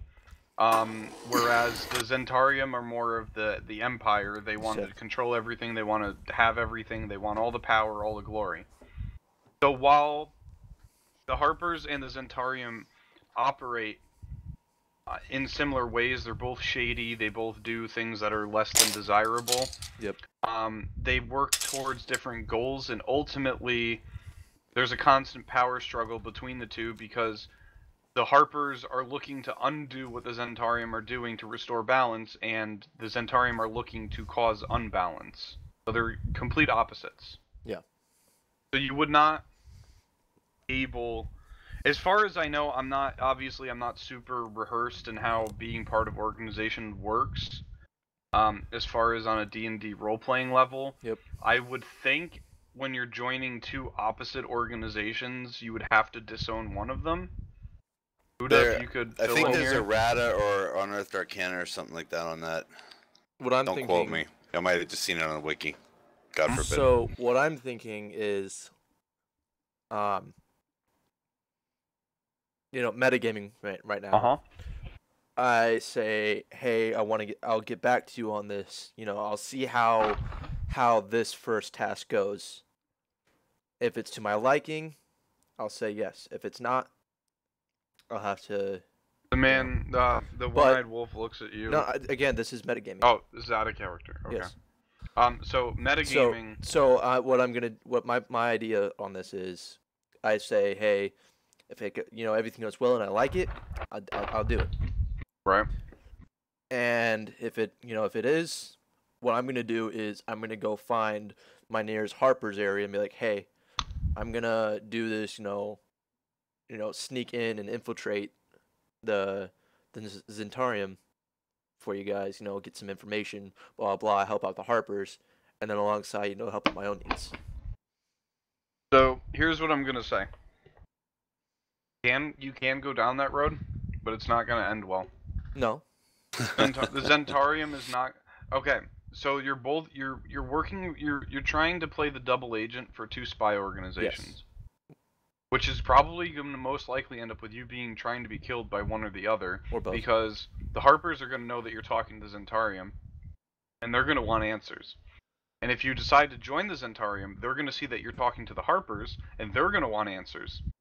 And between the two, I think Buddha would back me up here in saying that the Zentarium like to kill first and ask questions later. So... Yeah. With the Harpers, they might not directly go out and kill you, specifically because you're already working for them.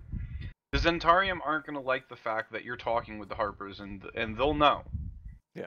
So, but you are more than welcome to try to be the double agent here. I'm telling you, it's definitely at some point it's going to come back to bite you in the butt. I think you should do it.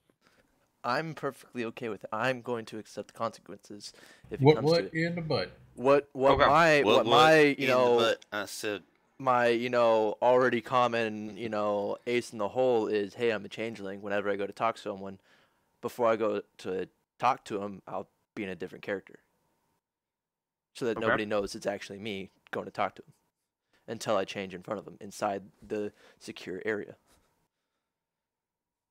Okay.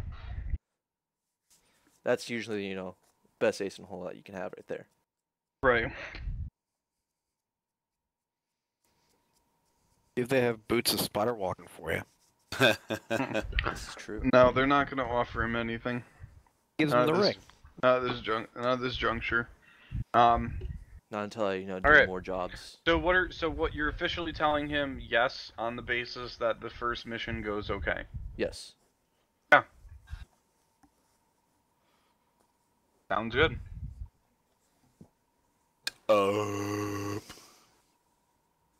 Because from what my understanding is, when I was my character joined the Harpers, it was that secretive organization. But then since this whole thing with the Cult of the Dragon Queen happened, the Harpers have changed their ways, which doesn't necessarily suit my ideals. Oh. Okay. Wait for We're all turning. Man, there is some deep meta shit going on right now. There's like so many of us are like going from evil to good, and some of us are going from good to weird. And dude, there's a lot of shit going on, and I don't think I'm a capable DM. You're doing fine, man. I'll back you up, bro. I think back you up. There's like 8 layers of crap going on. I think I'm books are slowly essential, turning my evil. friend. Yeah. So, alright, so as you're walking out, you have your conversation with the wolf. Are you informing Larold of this happening? No. I figured that's not something that he would want me to tell. And he would probably have a way of telling. You're gonna walk out of the bar, Taven's gonna turn to you and say, so what did he want? A hand job under the table. He just wanted me to he wanted me to make sure that you don't fuck this up. Okay. As you're leaving, the gnome, whose name I can't remember off the top of my head, what's her name? Jana Slivers, something. Jana Gleam Sliver. Yeah. Yeah, that one. Yep, that one. She kind of pops up behind you, guys, as you're leaving the bar, and she taps you on the side of the leg, I guess, because she's short and you're tall. Oh, perfect. And she asks you to bend. She kind of makes a motion like bend over. Oh yeah. So you kind of squat down, and she whispers in your ear, "Welcome to the family," and then disappears into the darkness. Yeah. The dwarf starts to twist and turn in bed. Question. Pause break. Where the hell did this gnome come in? I just see that happen? No, you're unaware. She rolled a nat 20 on her stealth. When did the gnome come into play? 2 episodes ago. Daggerford. The gnome is so sneaky that she can appear, talk to the dude that I'm traveling with, and just disappear, and I'm like, okay, oh, what the fuck? I mean, I can do the same thing. Hell yeah. I can literally do the same thing. Dude, first of all, she's a rogue. Second of all, it's pitch black out. She's fucking tiny. Dude, Third I of all, get that she rolled a nat 20. I get it. She is tiny. She's gonna make my dick look I'm just pointing out how huge. ridiculous it is that I'm walking with him. Well, third of all, we don't know what her level is. Fourth of all, she's a rogue, so she has double proficiency in stealth. So Infinity of all, it's the DM. Shut up. Yeah, exactly. Infinity of all, the DM says it happens, and it happens. I'm not arguing that it happened. I'm just pointing out that it's ridiculous. Didn't you just say that your god was the DM? No, that was Jaka. That was Jaka. Okay, good. I'm just pointing out that it's silly. I'm not arguing with it. I'm just saying that it's silly. To be honest, not that happening is super relevant. but it gives Rote some flavor, and it also now indicates, at least to him, the rest of the party won't know, but he knows now that that's where she came into play. So Rote, you can obviously kind of piece together what's going on here now. Okay. The Zentarium are obviously interested in the cult. They're keeping tabs on the cult as well. Obviously they were the one that murdered the guy for not completing his mission. Yeah. Obviously the gnome is the person. That's the why gnome is the one so that. fast. I'm not gonna lie, but they figured it out almost instantaneously. That's because the gnome was there. The gnome. Well, here's the thing.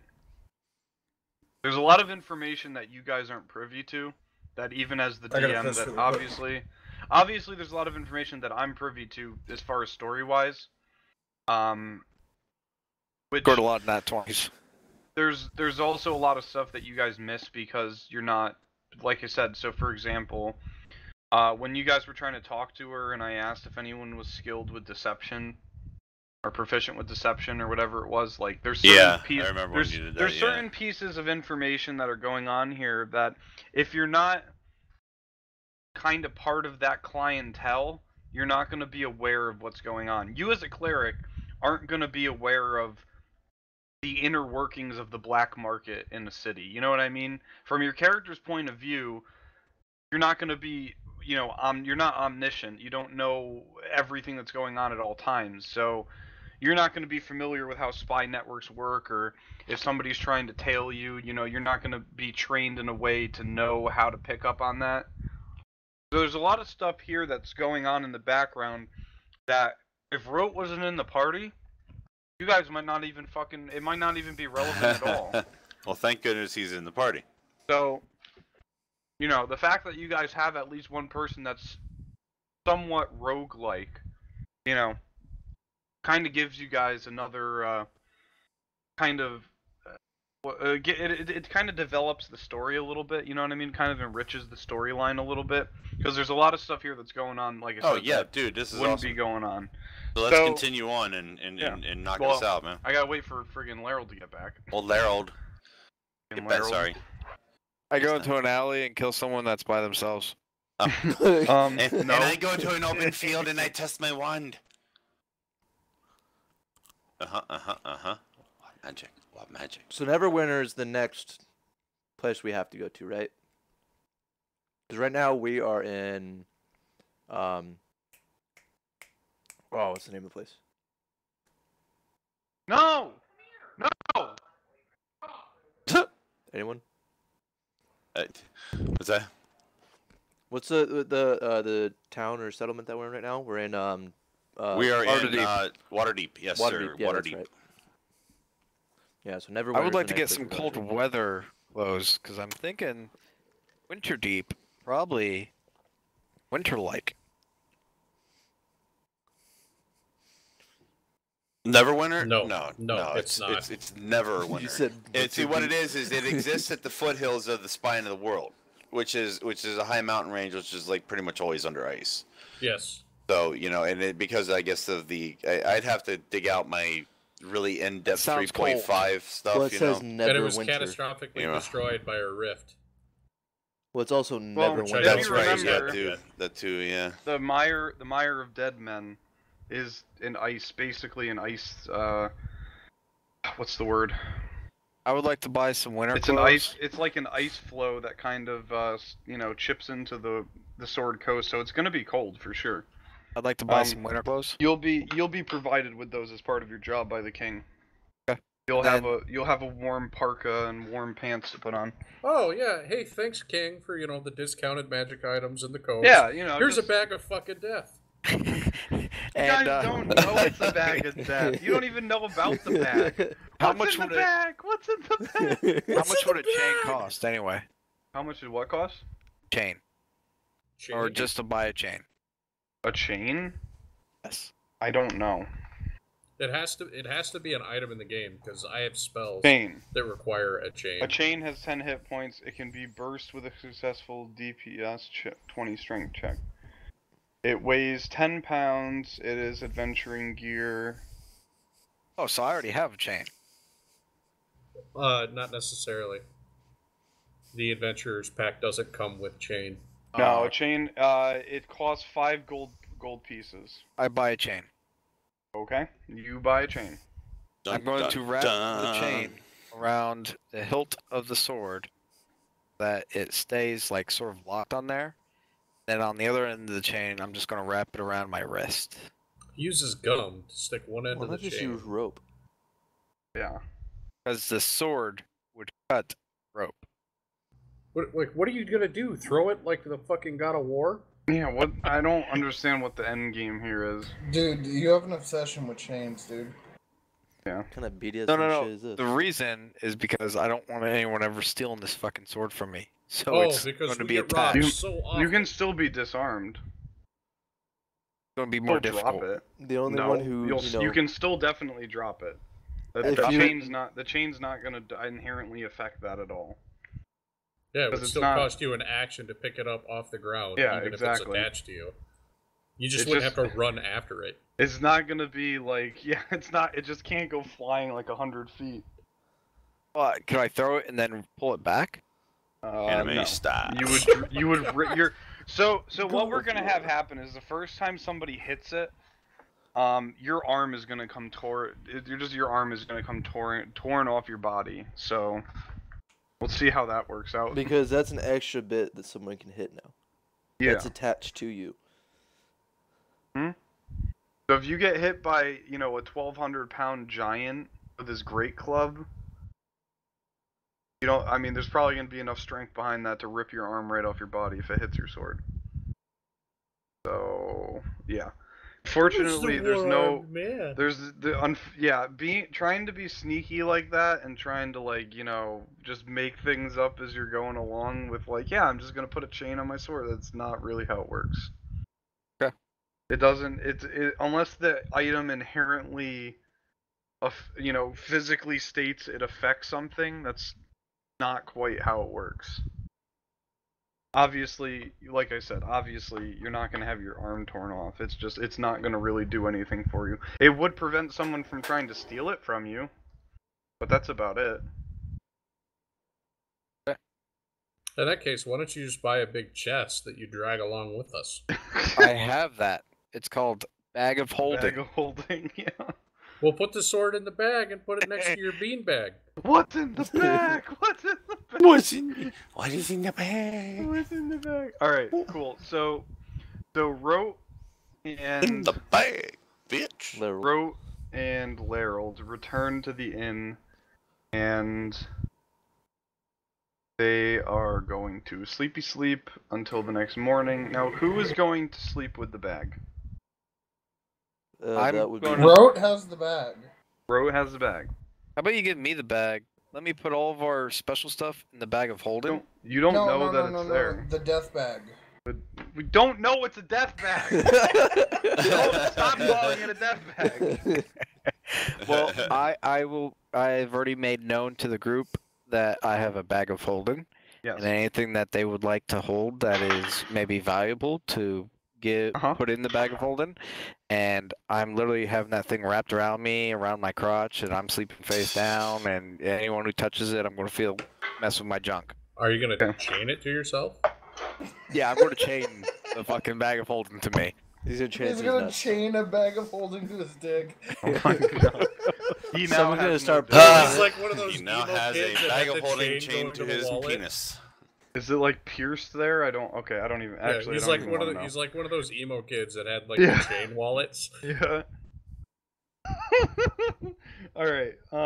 So Rote, you're going to bed with the bag? Yeah. Give me a charisma save. See, told you it was a death bag. No, I feel like it's something that's gonna, cause people to lose their mind.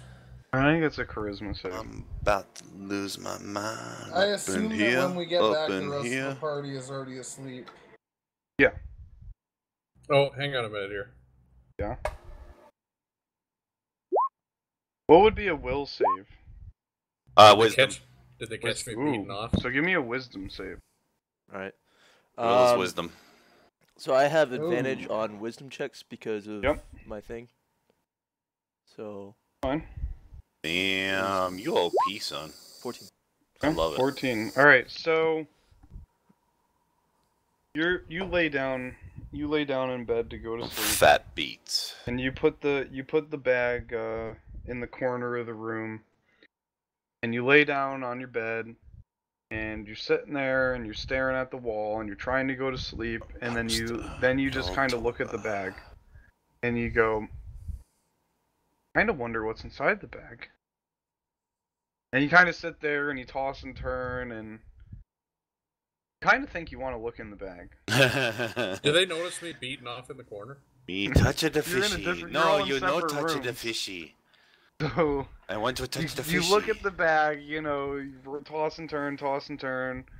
You look at the bag and you go, kind of really want to look in the bag. I finished. Touch the fishy. I finished. But somehow, miraculously, you make it through the entire night without looking at what's inside the bag. Without nothing.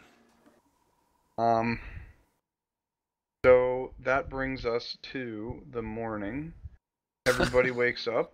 And now we're about to go on an adventure! Yeah, now you guys are about to go on an adventure. So you Hello, guys all... everybody. Do you understand me now? I will tell our party in the morning about the bag of death that was given to us by the shady people. I will relay what I know about the encounter with the one-eyed wolf. Cool. So the party knows that the one-eyed wolf is a shady dude. That tasked you with doing something either the easy way or the hard way. Larold at the snap of fingers was muted. And yes, but I was not deafened. Yes, not deafened. And so I know that he wants us to give a bag to the king. And Rote and Larold were tasked with delivering a bag to the king once you guys reach Neverwinter. Larold, what's your alignment? Question mark. Neutral good. Okay. Yeah. Yeah, you just changed to neutral good. Okay. When it comes to handing over the bag, I'm not going to be a part of you. He doesn't want a part of you. Well, no. Like, I don't want him to be a part of it. Oh. I'll do it solo. He'll do it solo. Alright. Yeah, I'm going to abstain from taking any part of anything that might have any negative effects with the king. Because if Larold I'm going to be mad at you guys for even going there. Yeah. Well, Hello? I was. Do you understand me I was convinced that I wasn't doing anything bad. I was told by the merchant to deliver a message to his buyer, and that's it. That I might get a reward for saving his life. Yeah. I think I'm going to need to have a one-on-one with God before I can even heal you guys anymore. Dude, before you can heal Rote, I didn't do anything inherently evil. According to Rote and the story we heard, no, you were just an ignoramus. Like a little kid going to high school for the first time, not really sure how everything works and talking to the wrong people. I was just told you didn't even verify. Like, you didn't even verify that the guy you gave the scroll to was the correct guy. You just gave it to him. Damn.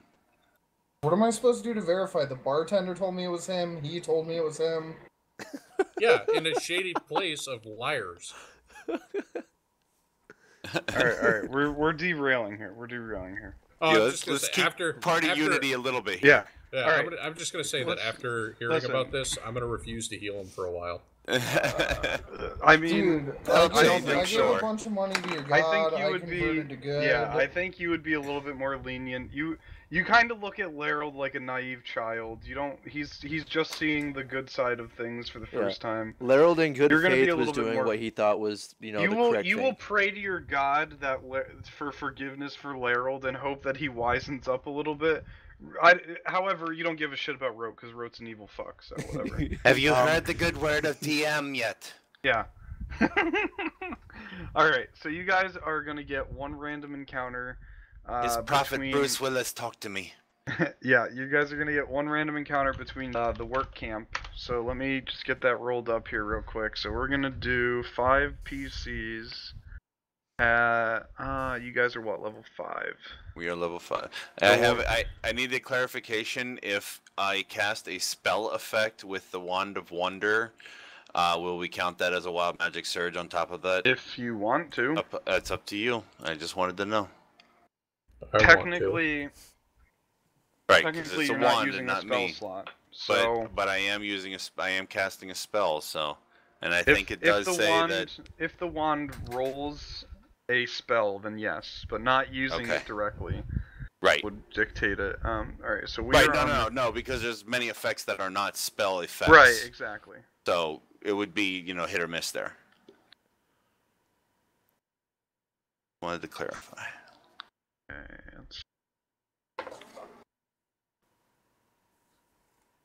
You seem like pussy encounter. Oh, those are my favorite. Succubus, baby. I love to encounter the pussy. They make a dragonborn succubus, man. How do you guys feel? How do you guys feel about? I don't know if you guys could take one down. Love them. Hey, we took down a hill giant and what? A bugbear was it? Owlbear. Yeah. An owlbear. A damn owlbear and a hill. That was pretty good, I think. That was the 4th level, so you can go a little stronger, All right, we're going a little stronger. Don't be afraid. Look, if the worst comes to worst, it's not like you haven't done Deus Ex Machina before. Yeah, but again, to be clear, I've never had to do that for something I've made. It's only ever been for, ironically, the stuff that's in the campaign already. That is funny. So but if you need to, then it would be actually easier. I mean, in our last fight, we did make 2 of the 3 creatures obliterate into dust. That is true. Alright, well, with that being said, give me 1 second while I grab this shit, and then we'll be... Okay, time's up. Metaphorically speaking. Those, and what is the other... Oh, what the fuck is this? So, I have a question. Yeah. Every time I do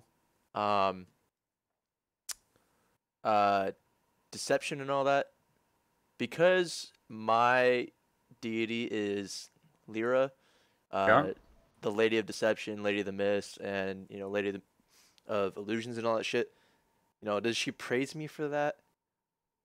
Probably. Fuck yeah. Oh my lord. Fucking hell. Is it that big? Because if that's the case, we're done. Unless Jaka gets really, really, really big, I can cast enlarge and large. I just hope it doesn't charge at us and trample us with all of its feet. Oh shit! Frost giant. That is a sick-looking creature. That is a frost giant. That's a frost giant. That's a frost giant, baby. I can build that axe.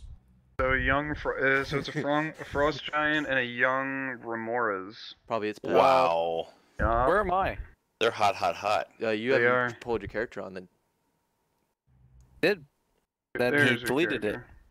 Hey, so can I immediately do a nature check to see if there's a weakness to either? No. I haven't even set up the combat yet. Guys, we need to discuss a pecking order too for battle, like where people need to stand, that kind of thing. Keep me back, but don't stand in front of me. That's all I ask. We have. I will be to the right, Barbarian to the left, Paladin in the middle. I always try to go to the center back. because I try to absorb all the attacks. Exactly. You're the tank. Well, you're middle. I'm right. Followed closely by the barbarian. Okay. I've got the chart. Followed closely by the cleric. I am squishy. I stay in the back. What I'm thinking is... Are humanoids large? What are humanoids? Humanoids are medium. Medium creatures. They're the same size as us. Well, humanoid is... That's a definition of what type of creature. Okay. Your frost giant is a humanoid. The giant is large. They're large. Yeah, your frost giant is a... Giants are actually huge. Are they huge? Okay. Yeah. So I've got this scaled properly. Yeah, so your frost giant is still a humanoid because it's a bipedal creature.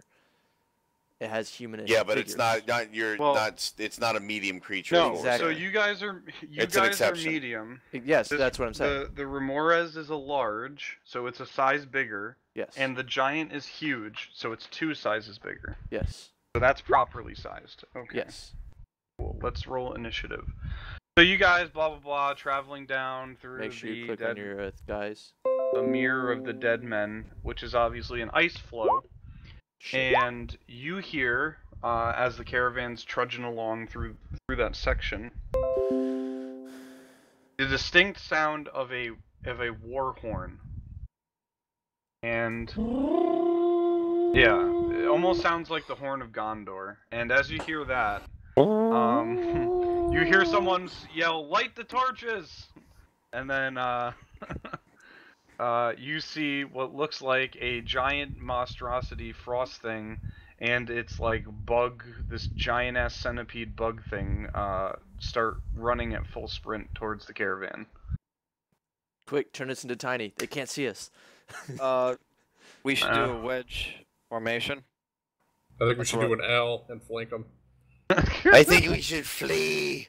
Well, a wedge formation is what I was drawing, which is our shield guy in the front, our next two heavy hitters to his flanks, and then the last two in the rear, since they can't really do much. So that would be Rote and Jaka in the rear. What? Yeah. I can do a hell of a lot. I just can't take much. Yeah, you're more squishy. Yeah, you're more squishy. You're second flank. I'm last wave. But the thing about it is, a majority of my attacks are, AOEs. That's fine. That's fine. Big Just enough? stay aside. You can hit him anywhere away from his feet, and he'll be okay. But my It AOEs are realigns. surrounding me. If I'm in the rear, you're all going to get hit first. Another thing. Then go in the front. I just feel like it's important for the entire group to know that I no longer carry any weapon. What are you, just double Thank shielded? you, Yola. No, I just was carry a just- shield and my focus. Okay. Wow, cool. So you guys are this is the front line. You guys are behind here like that. So What? and the blood hunter's up. That's the worst wedge ever. Dude, we're T-posing on them. Yeah. Well, I mean, the hitter, yeah, even if I was the tank, the two I'll hitters ask would push the- in.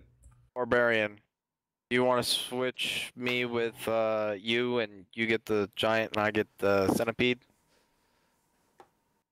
What armor? He said, this one's ferocious. We should switch. So this is your action? Cool. Alright. No. Okay. Yeah, we're in attack. combat, dude. 2 attacks. Okay. Does a 20 hit? Yes.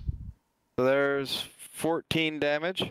14 from acid. Yep.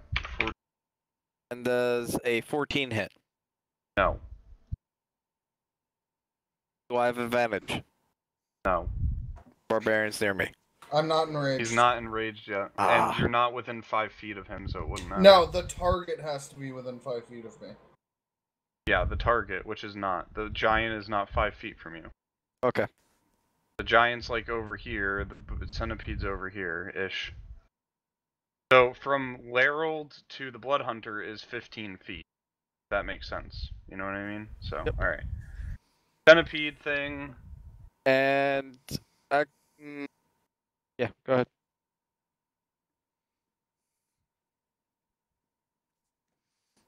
My god, that's hilarious. That's hilarious. It's gonna run into all of us, isn't it? So are we in the attack? Am I in the attack range of both of them, or just one of? Or No, you're 10 feet away from both of them. Which okay. should be in the attack range of both. Okay, it's really to better portray it. It's like this. We're He's basically here. okay. You're here. Well, it's only because we don't have an actual grid. Yes. So I'm trying to accurately display the actual distance here. You're 10 feet away on either side. Which Because is the way our formation was, I would have charged at the first creature. Is all I'm Right. saying. So it's like that. Kind of like that. And these guys are like back here just hanging out. All right, whatever. It doesn't matter. Larold, D20 plus 6. 25 to hit. Yeah. Take. Holy shit. Yeah, we're all dead. I don't know if you guys are ready for this. Larold Might died. not be. I regret this decision. 78 damage. Doesn't Hold have on. to happen. Take 19 piercing What the fuck? and 9 fire damage. Oh, we Hello? gotta hit this with all the big stuff. I think you might have overestimated our abilities. I might have. I don't know. You guys should be able to take we it. can We could retcon it if we need to. You guys got it. We can retcon it if we Somebody have a need to, cricket in the but background? this is the challenge. Come on. I mean, Alright, let's do this. alright, so that is the Remora's turn. Oh, Goes to the cleric. Fucking Alright. protect me. Protect me, squad! I think the barbarian needs some protection right now. I think the blood hunter will, because this thing's twice as big.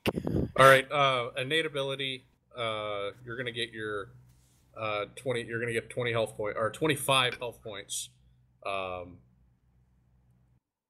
Because I'm gonna use, I can't think of the name of it off the top of my head. I Channel get Divinity. 25 back? Yeah, you're gonna get 25 health points for Channel Divinity. That'll work. I can cast fucking... I can become raged by the time they can hit me again. Alright, I'm gonna, then I'm gonna do, my barrier on myself. Yep. And as my bonus or whatever, I'm gonna walk towards the giant.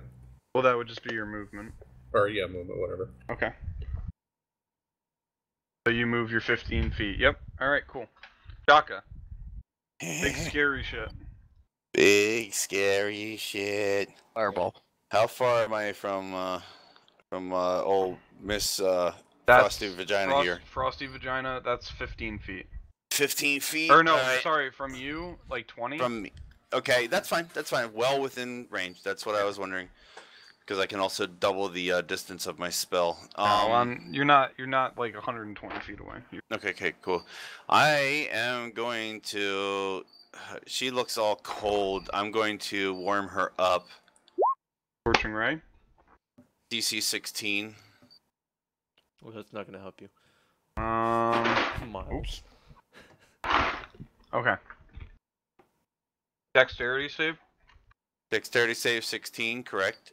And she is square in the center of that 20-foot 11. radius, baby. She fails, so she takes 23 points of fire damage, and everything that's flammable around her is now on fire.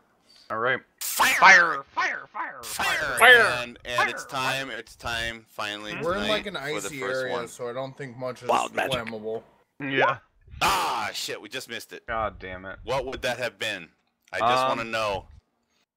Let me check. Antlers? I just have to know, because honestly, if it's that, we're gonna call it, we Nope. did it. Nope. Okay, good, alright.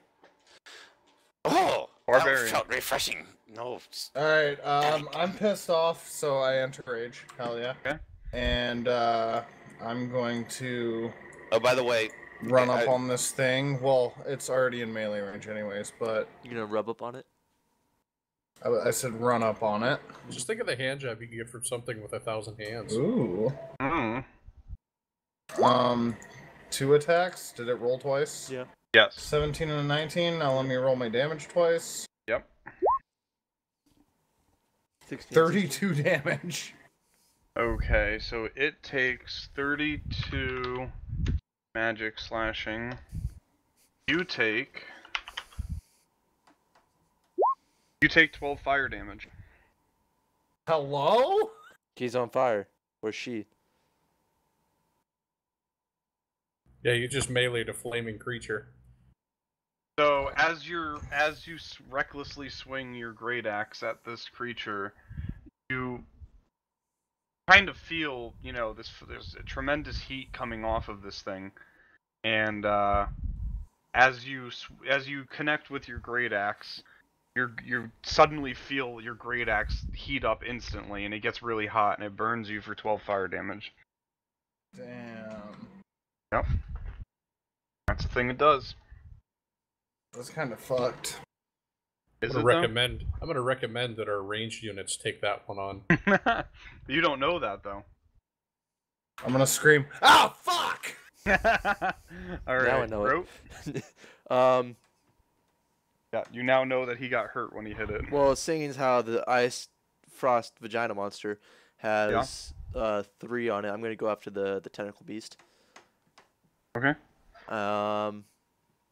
And we'll use It's like a flying centipede.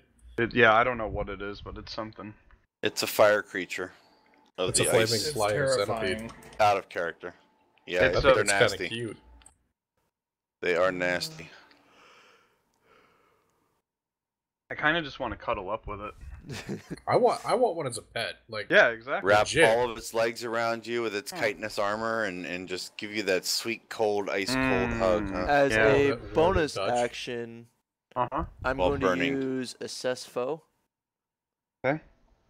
And this will lets me know its hit points. Which on who? On the one I told you, the tentacle creature. Tentacle creature. He currently has 61 hit points left. Okay. And then he's immune to fire and cold. Okay. Yep. Immune to okay, that's where the He's fire immune is. to cold and fire damage. That's a bonus interesting. action spell too. That's sweet, man. Yep. Do you So- relay this? Do you relay that to your teammates?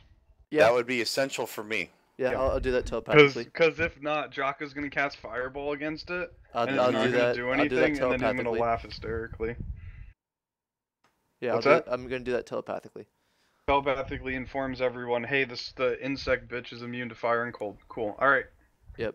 And then I'll do a nice good old. Well, actually.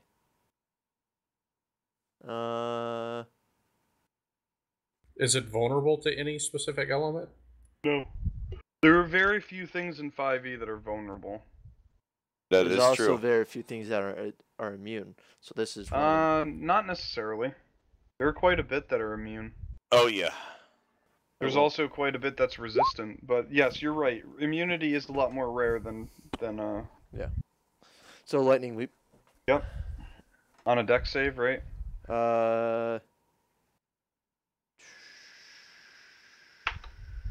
Yes. Okay. 7. Does not pass. Okay. What's the damage? And damblage. Damblage. How many points did you use on that? Let's see. It costs. Declare that? I'll do 7. 7 points. Yep, 7 points. It cost 5. So that's what, 13d6?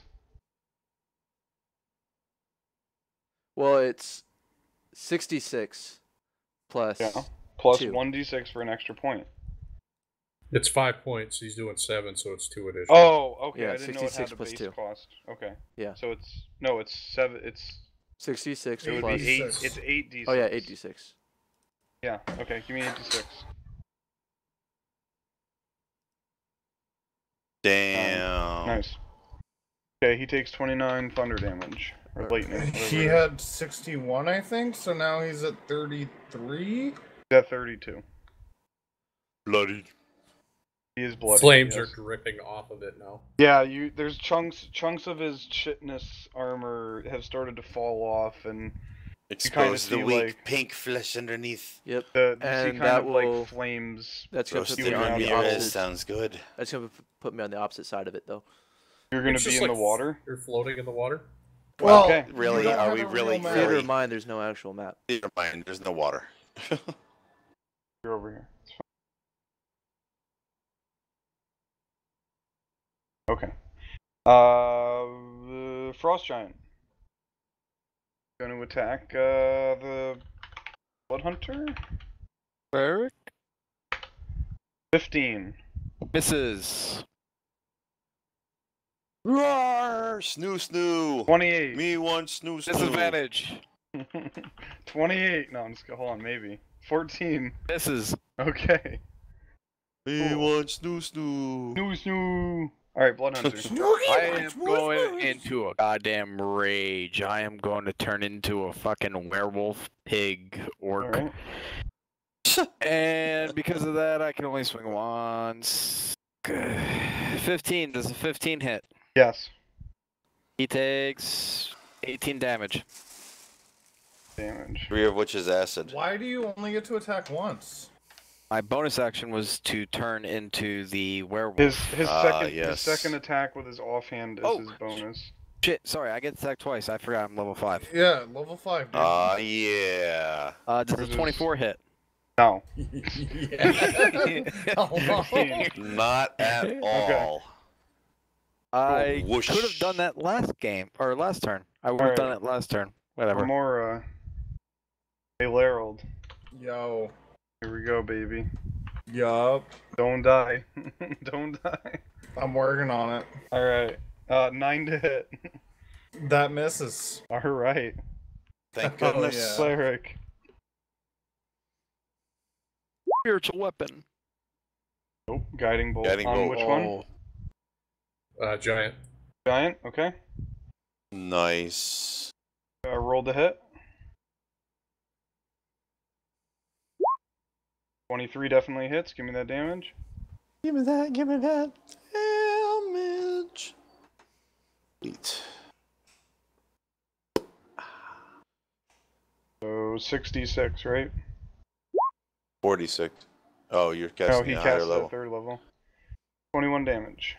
Ooh, shitty roll. But 21 damage. Wait, Same why to is me. there plus More- 7 on it?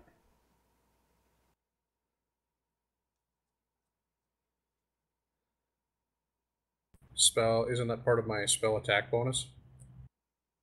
No, you don't That's get only extra to hit. damage on spells. You don't get extra damage on spells unless it specifically says so.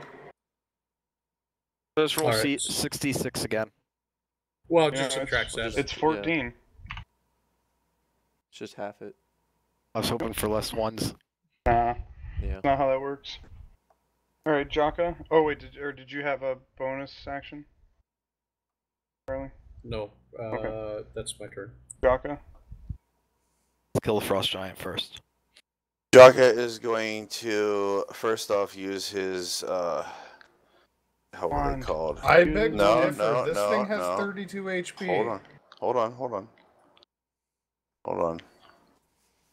First, what the hell are they called? He's going to use his boots, his winged boots, and he's going to go up 30 feet. That way he's well out of the way of any melee attacks. Okay. And he is going to cast... Oh, shit. Fireball. You guys always argue over this, but for right now, I think the bigger threat is the giant, so I'm going to cast Enlarge on our Blood Hunter. Oh, Why fuck do we yeah. argue about it? Huh? I don't remember. Because I know that both the Blood Hunter and the Barbarian, and honestly, if this fight draws out, you're both gonna be big. Okay, so there's that, and then here is the most wonderful thing in the world. What happens to me? Dun dun dun. Nothing. God damn it. Damn it. I like how that's literally what this campaign is boiled down to. What do we get on the wild magic table? It's all that fucking matters. That's funny. All right. Okay, so now he is now large. Yep. Laryl. I'd make him a slight bit bigger. I did. No, a slight bit bigger than what he is, because he's closer to the Ramirez's size. Now he's right. He's about pretty much the Ramirez's Do size. I care? Yes. No, I don't. All right. No, let's, I don't. Let's do it. Oh Okay. god. Oh boy. 15 hits. The other one misses. Unless, Okay. Do you have advantage, or do you give up advantage? I give other people advantage. Okay, 16. Half his health. That's Well, a he's good, flanking. That's a good damage. Is he does flanking There's not no have? No, flanking. there's No. no flanking in 5th. Yeah. Okay. And you take... What is it? 2d6. You take 7 fire damage. Damn. All right. That's not halved, right? I think No, actually, that's not I think half. that. Well, I don't know. It depends on how you rule it. I'm not sure if the fire goes out after one round. And What I just went the fire that he's getting damaged by. Isn't that No, the fire that I left? Every time every I time- meally attack him. Every time Oh, he's heated... you're getting okay. Never mind. Every Go ahead. time a melee Ramirez. attack is hit Yep. the Ramirez, it deals fire damage. He only has fucker. 16 HP left. Bro, You said 16 left. 16 left. All right. I have something ready for when you kill him. How far away am I from him? No, I don't from know, our 10 good old feet? from our good old barbarian. 30 feet. Awesome. Thunderclap. Thunderclap. Thunderclap. Go. I'll save. What's the save? Let me look at that. Sorry, I was trying to put in my how much points I've used so Think a far. toe. Thunderclap is a Constitution save. What is the number? 15. He passes. Okay, so it takes half. Yep. Of 8d6. Of 8d6. Can he get 16 on a half? So we need a 32. Oh, he has 1 15. HP. No, he has 2. Oh, damn. Or wait, 1 HP, yeah. Yep. He's like, passing that now. 1 Awesome. HP. Frost Giant. Wait, did the thing die? No. It has 1 HP. It is in critical condition. It has one last 22 hurrah. to hit Jaka. How 30 what's feet away? the reach? Oh, I'm 30 feet in the air, dog. Yeah, he has this. He's throwing a boulder. He has 240 feet Well, range. fuck me, that hurt. Does it hit? Oh yeah, do you think? Does he I not don't get a know. dex save? I've- I'm a sorcerer. I wear no armor. You take 19. Wait 1 sec. Ouch! And now, since I am in the air, am I pushed? Do you not get a dex save with your little slippers? Let me look. I might. I don't think It's so. not a weapon attack. It's an improvised weapon. Right. attack. No, I get no kind of Use your thing like reaction that. to post. No, I only clicked it just to read it. Oh. Yeah. Okay. Yeah. No, that's not a weapon attack. It's a ranged weapon attack. Yeah. Okay. Yeah, no, I got hit. That's fine. 19 damage. Ouch. 19 bludgeoning damage. Yeah, and we'll say that Ouch. you're knocked to the ground. Knocked to the ground. Well, I can get right back up. That's not. Yeah. You're not knocked prone or anything. You'll just. But say I'm you're knocked hurt. out of the air. Yeah. I'm like literally. I'm Rawr. catching my breath already. Okay. The Blood Hunter. Oh crap! Sorry, I had the wrong thing. Yes. Okay. I'm waiting for that other creature to die. You have advantage on it, right? The giant for your first hit, by the way. So does a 15 hit? Yes, 15 hits. So he takes 18. And then also, Orcus Fury allows me to redo my other one. So 15 plus 9. So whatever that is. Yep. And then another attack. Okay. 15. Yep. And For that's 14. 16. Yep. Okay. Oh, what do I have planned for you? Remores. 20 plus 6 to hit. 22 on Taven. Hell yeah. Roll. Damn. Oof. Oops, I didn't mean to click that. I'm sorry. 17 piercing With from 1 the bite. HP So left. that's 8 piercing. Blast hurrah. Yes. No. 7? No. 8? Yeah, 8. And then 2d6 fire damage, and you take 5 fire damage. Okay. So that's 3 Alright. fire damage? No, he doesn't get a reduction on Oh, fire. okay. Fire. he didn't go there. Fire. Or makes him lets him be resistant to everything except psychic. Cornholio. What happened? Our barbarian in our Sunday campaign takes half on like literally everything. He went Yeah. bear. He went bear. Yep. Charlie. Guiding bolt again. Level 2. Okay. Who you attacking? Giant. 22. You got it. Let's see the damage. So that's what? 5d6. This is when you just need to get magic missile. 17. Cool. Giant's dead. Damn. I Fallen had puppet. something Giant so... comes back up and attacks the fucking other thing. The giant's dead. Yeah. I was expecting us to not Plus live through 9. Rolls a nat 20 against it. Oh, Oh, Dead. I want the card. I want to see the epic. card. Please give me the card. Okay, I wanna I'll see. show you the card. But it does. It's. Oh my god, that's hilarious. He kills his own pet. That's fucking. Oh, that hilarious. is after his own Any death. creature within 5 feet of you and your attacker takes the same damage you took. Oh. What's the ruling on that? Any creature within 5 feet of you and your attacker. And it makes sense. And so Is it- 5 feet would be Larold. So Damn. The great axe deals how much damage? He slammed the great axe into the ground so hard it exploded. Oh my effing! He got hit with shrapnel. Laryl takes 36 slashing damage. Jeez.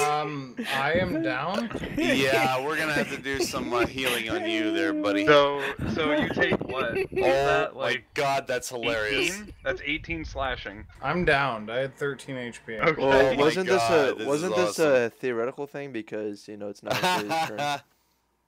What? Dude, I'm downed. We have a cleric. The battle's over. It It's doesn't matter. okay. But don't still have to Any do a of us saving could do throw? a successful medical No, medicine check he and probably has bring it to spare the 1. dying. So, Oh yeah, I you have have spare spare the dying. dying. I also Yeah. have resurrect spells. Okay, so Oh, everyone I had relax. something good for that. Everyone Anything on the relax. bodies? Battle's over. Bodies sixth are level. gone. Bodies fall into the freezing ocean and go No, away they forever. disintegrate Thanos style, man. No. They go in Infinity the ocean. Stone. we're in the ocean? No, you're on an ice flow. They fell Oh. through the ice flow. Charlie cast Spare the Dying. Larold's now stable at 0. Dang it. Somebody's got to heal him back up. Prayer of healing. I hurt. It hurts Six, so bad. up to 6 creatures within you regain points equal to 2d8 plus your spellcasting modifier. Alright? This is why we don't have loot, because all of our creatures either like explode, they catch on fire, they fall underneath the ice. Like we don't There ever really, get loot. to be fair with you, there really is no loot to award from them. Hair. I would have Ooh, wow. taken his weapon. Everybody gains 20 health points. Oh, maybe snap. maybe I'm a back up to giant full. axe. Charlie, let me ask you a stupid question here. Don't you have something in your class that lets you do more? Yeah, but I don't ever get to use that spell, so... Well, No, and aren't not we your- about to long rest anyways? No, not your spell, but your don't you have like a passive ability that lets Circle you of heal for life? more? I use it at the beginning of the fight. No. You have a passive ability. Wave of Every life. time you heal for more. Life Have to- cleric. Yeah, his like life cleric bonus. What that involves, what domain he chose. Right, he's life domain. So I then don't know yeah, if he you can should. find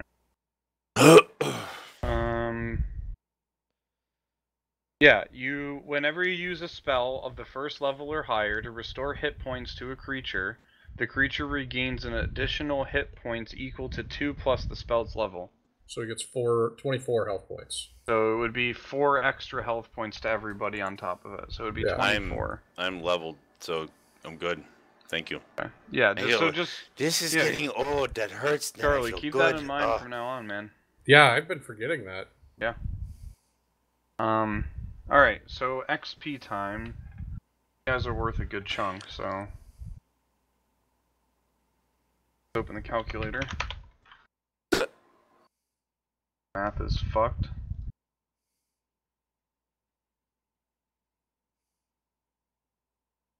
Whoa. So, real talk, I've been adding that +7 to, like, all my spell attacks, because I thought it was supposed to be. Yes, Oh, spell attacks, yeah, but not damage.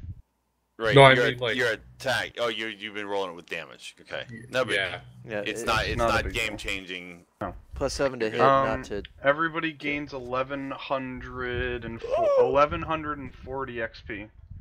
1140, huh? Yeah, Holy 1140. Please, somebody- 7640. 70. Thank you. 7640. There you go. Alright. Can't math tonight. 7640? How'd you get 76? 7640. Oh wait, Oh, no. whoops. And I what's the added- next level? 14,000. Oh, we've Oh, yeah, you got plenty of time. 10 more encounters, man. We're good. Yeah, 10 more encounters. we're gonna earn that Dude, XP, I gotta keep baby. stepping it up though. See, that one was almost Yeah. scary, but then it wasn't. It was. I want to kind see of... this. I want to see this in 5 or less, man. What I'm saying is, next encounter, you guys are dying. Like that's it. I'm bumping it up to like level Well, 20 hey, you know deadly what? encounter. See He's just see what we tired can of DMing. take. He wants to end it all. And Yeah, you'd be I'm surprised. just tired of it. All right. So let's see. Let's see. He's So- gonna Deus Ex Machina for the enemy. Yeah. You're They all come back at dead. full they health. win. Oh, they were reanimated. Matt eats Every creature everybody you've and- ever fought comes back to life in front of you. Oh yeah, this seems fine, Oh guys. Look God, at this. it's Digistruct Peak. I gotcha. So how does this sound? a Nagpa, which is a combat rating of 17. You guys got that, right? Challenge rating, yeah. One of them. And counts. then challenge rating 17 Nagpa. One of them. And then 3 get Yankee Gish. Get the Yankees, Gish, yep, yeah. Those are combat rating 10s. You can take those, right? You guys maybe got challenge rating. Yep. Yeah, you guys would literally be dead before I could even fucking do anything. I mean, I'm sure we can take two of those last ones. There's fun and then there's no balance. Well, you could no, dude. You could fight a Tarrasque with no wish spell. Yeah. Or you got. Oh, here we go. Here we go. This is even better, guys. Let's put this one in perspective. One Frost Giant Everlasting one, which is only a CR 12. Okay. With 10 young Remorazes. Ooh, that's a lot of Remorazes. I think we could. Put it on the battlefield. Let's see. And if we win, we keep the experience.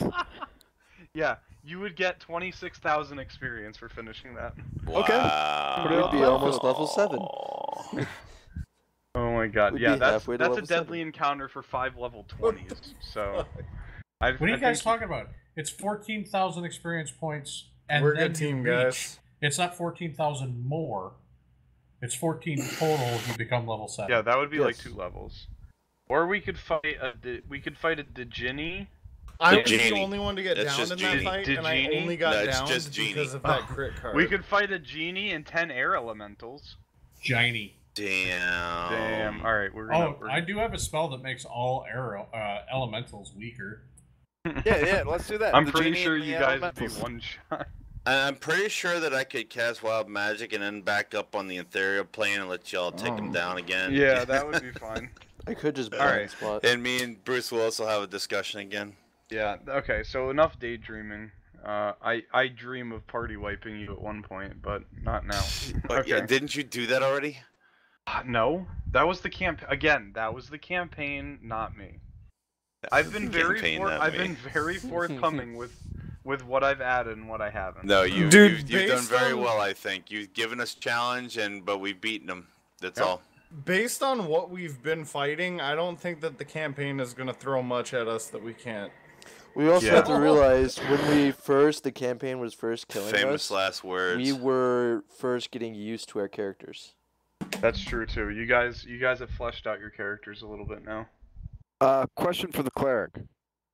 For fighting style, did you pick defense or protection? That's a good question. I think he took defense to get the shield bonus AC. That's just wearing armor. He gets +1 bonus. Oh well, I think that's what he took. Yeah. Because if you took protection, whenever a creature is near you, attack someone else, you can impose disadvantage on the attack roll. So and you must be wielding a shield. Where would I find that? Fighting style, level 2. It would be on your sheet. Alright, well that is it. That is it for the night, guys. We're 5 minutes away from closing here. Can we continue? Can we continue? No. It's getting fun. I want to fight those visions. Well, that's it. You guys, there was only one random encounter between where you were going, so you guys are. Dude, that was good, man. You guys I enjoyed it. So after that fight, you guys are spending the next like half a day traveling, and then you guys hit your destination, which is the Karnath Roadhouse. I was just rolling some damage to see like what kind of luck I would have had. Alright, hold on. Oh, if we're gonna do this, we're gonna do something. I was gonna do this directly down on it. Yeah, I'm not. I guess I haven't figured out where to find if my character says it or not. Because I'm not sure what you're talking about. 15, 19, plus an extra 2d6. Does the cleric get a fighting style? Yes, he does. I'm on Roll20. Oh, sorry, I would have been stunned. Sorry, that's Paladin. And I would have thought that something awesome just happened. See, that would have been great for roleplay. Yeah, I wouldn't think that the cleric gets a that's fighting Paladin. style. Paladin. Sorry, my bad. Okay, I'm like, yeah, I don't know what you're talking about. I keep on thinking you're like a Paladin. Yeah, I don't see anything about fighting style on the cleric. Yeah, that's my bad. Because I'm thinking about going Paladin. Dude, I've been thinking about going Paladin this whole time. Just so I can go Dude, Oathbreaker. Smite is awesome. Okay, so you have to... YOLO, did you hear that? No. I've had this discussion with our DM before. Huh? Okay? And our DM, Mr. Yolos Wagons, has told me that you cannot play Paladin just to be an Oathbreaker. That is true. It says it says it right in the player's handbook. The DM determines whether or not you are an Oathbreaker. Yeah. Okay. Wait, so you say I like me, I want to play a paladin, like say I want to convert to be a paladin, my character. Yep. Then the DM basically says, well, you became an Oathbreaker. No. Well, you no, like there's something that happens during the campaign, and the DM is like, well, you just fucked up your oath. You're an Oathbreaker now. What has to happen? Is okay, that's easy. There's no such thing. There's no such thing as a not lawful paladin. And anti-paladin. Well, outside of maybe commonplace, yes, but not normally. And those are what are you talking those about? Are Oathbreakers. So what you're saying is fifth edition doesn't require alignment. To go, you're saying to go against the rule of the law. What I'm saying is, when you become a paladin, you take an oath, and you are religiously bound to that oath to be a paladin. Yeah, oath of vengeance, man. You will be negates all necessity to be good. Yeah, you will. What's the word? You're compelled by your character's livelihood to follow you. Those are the words that you live by. So something has to drastically happen in the campaign somewhere along the way where you're faced with an impossible choice. Like, for example, if you take the I think I can't remember what it's called. It's like the Oath of Nature or something like that. Oath of Ancients.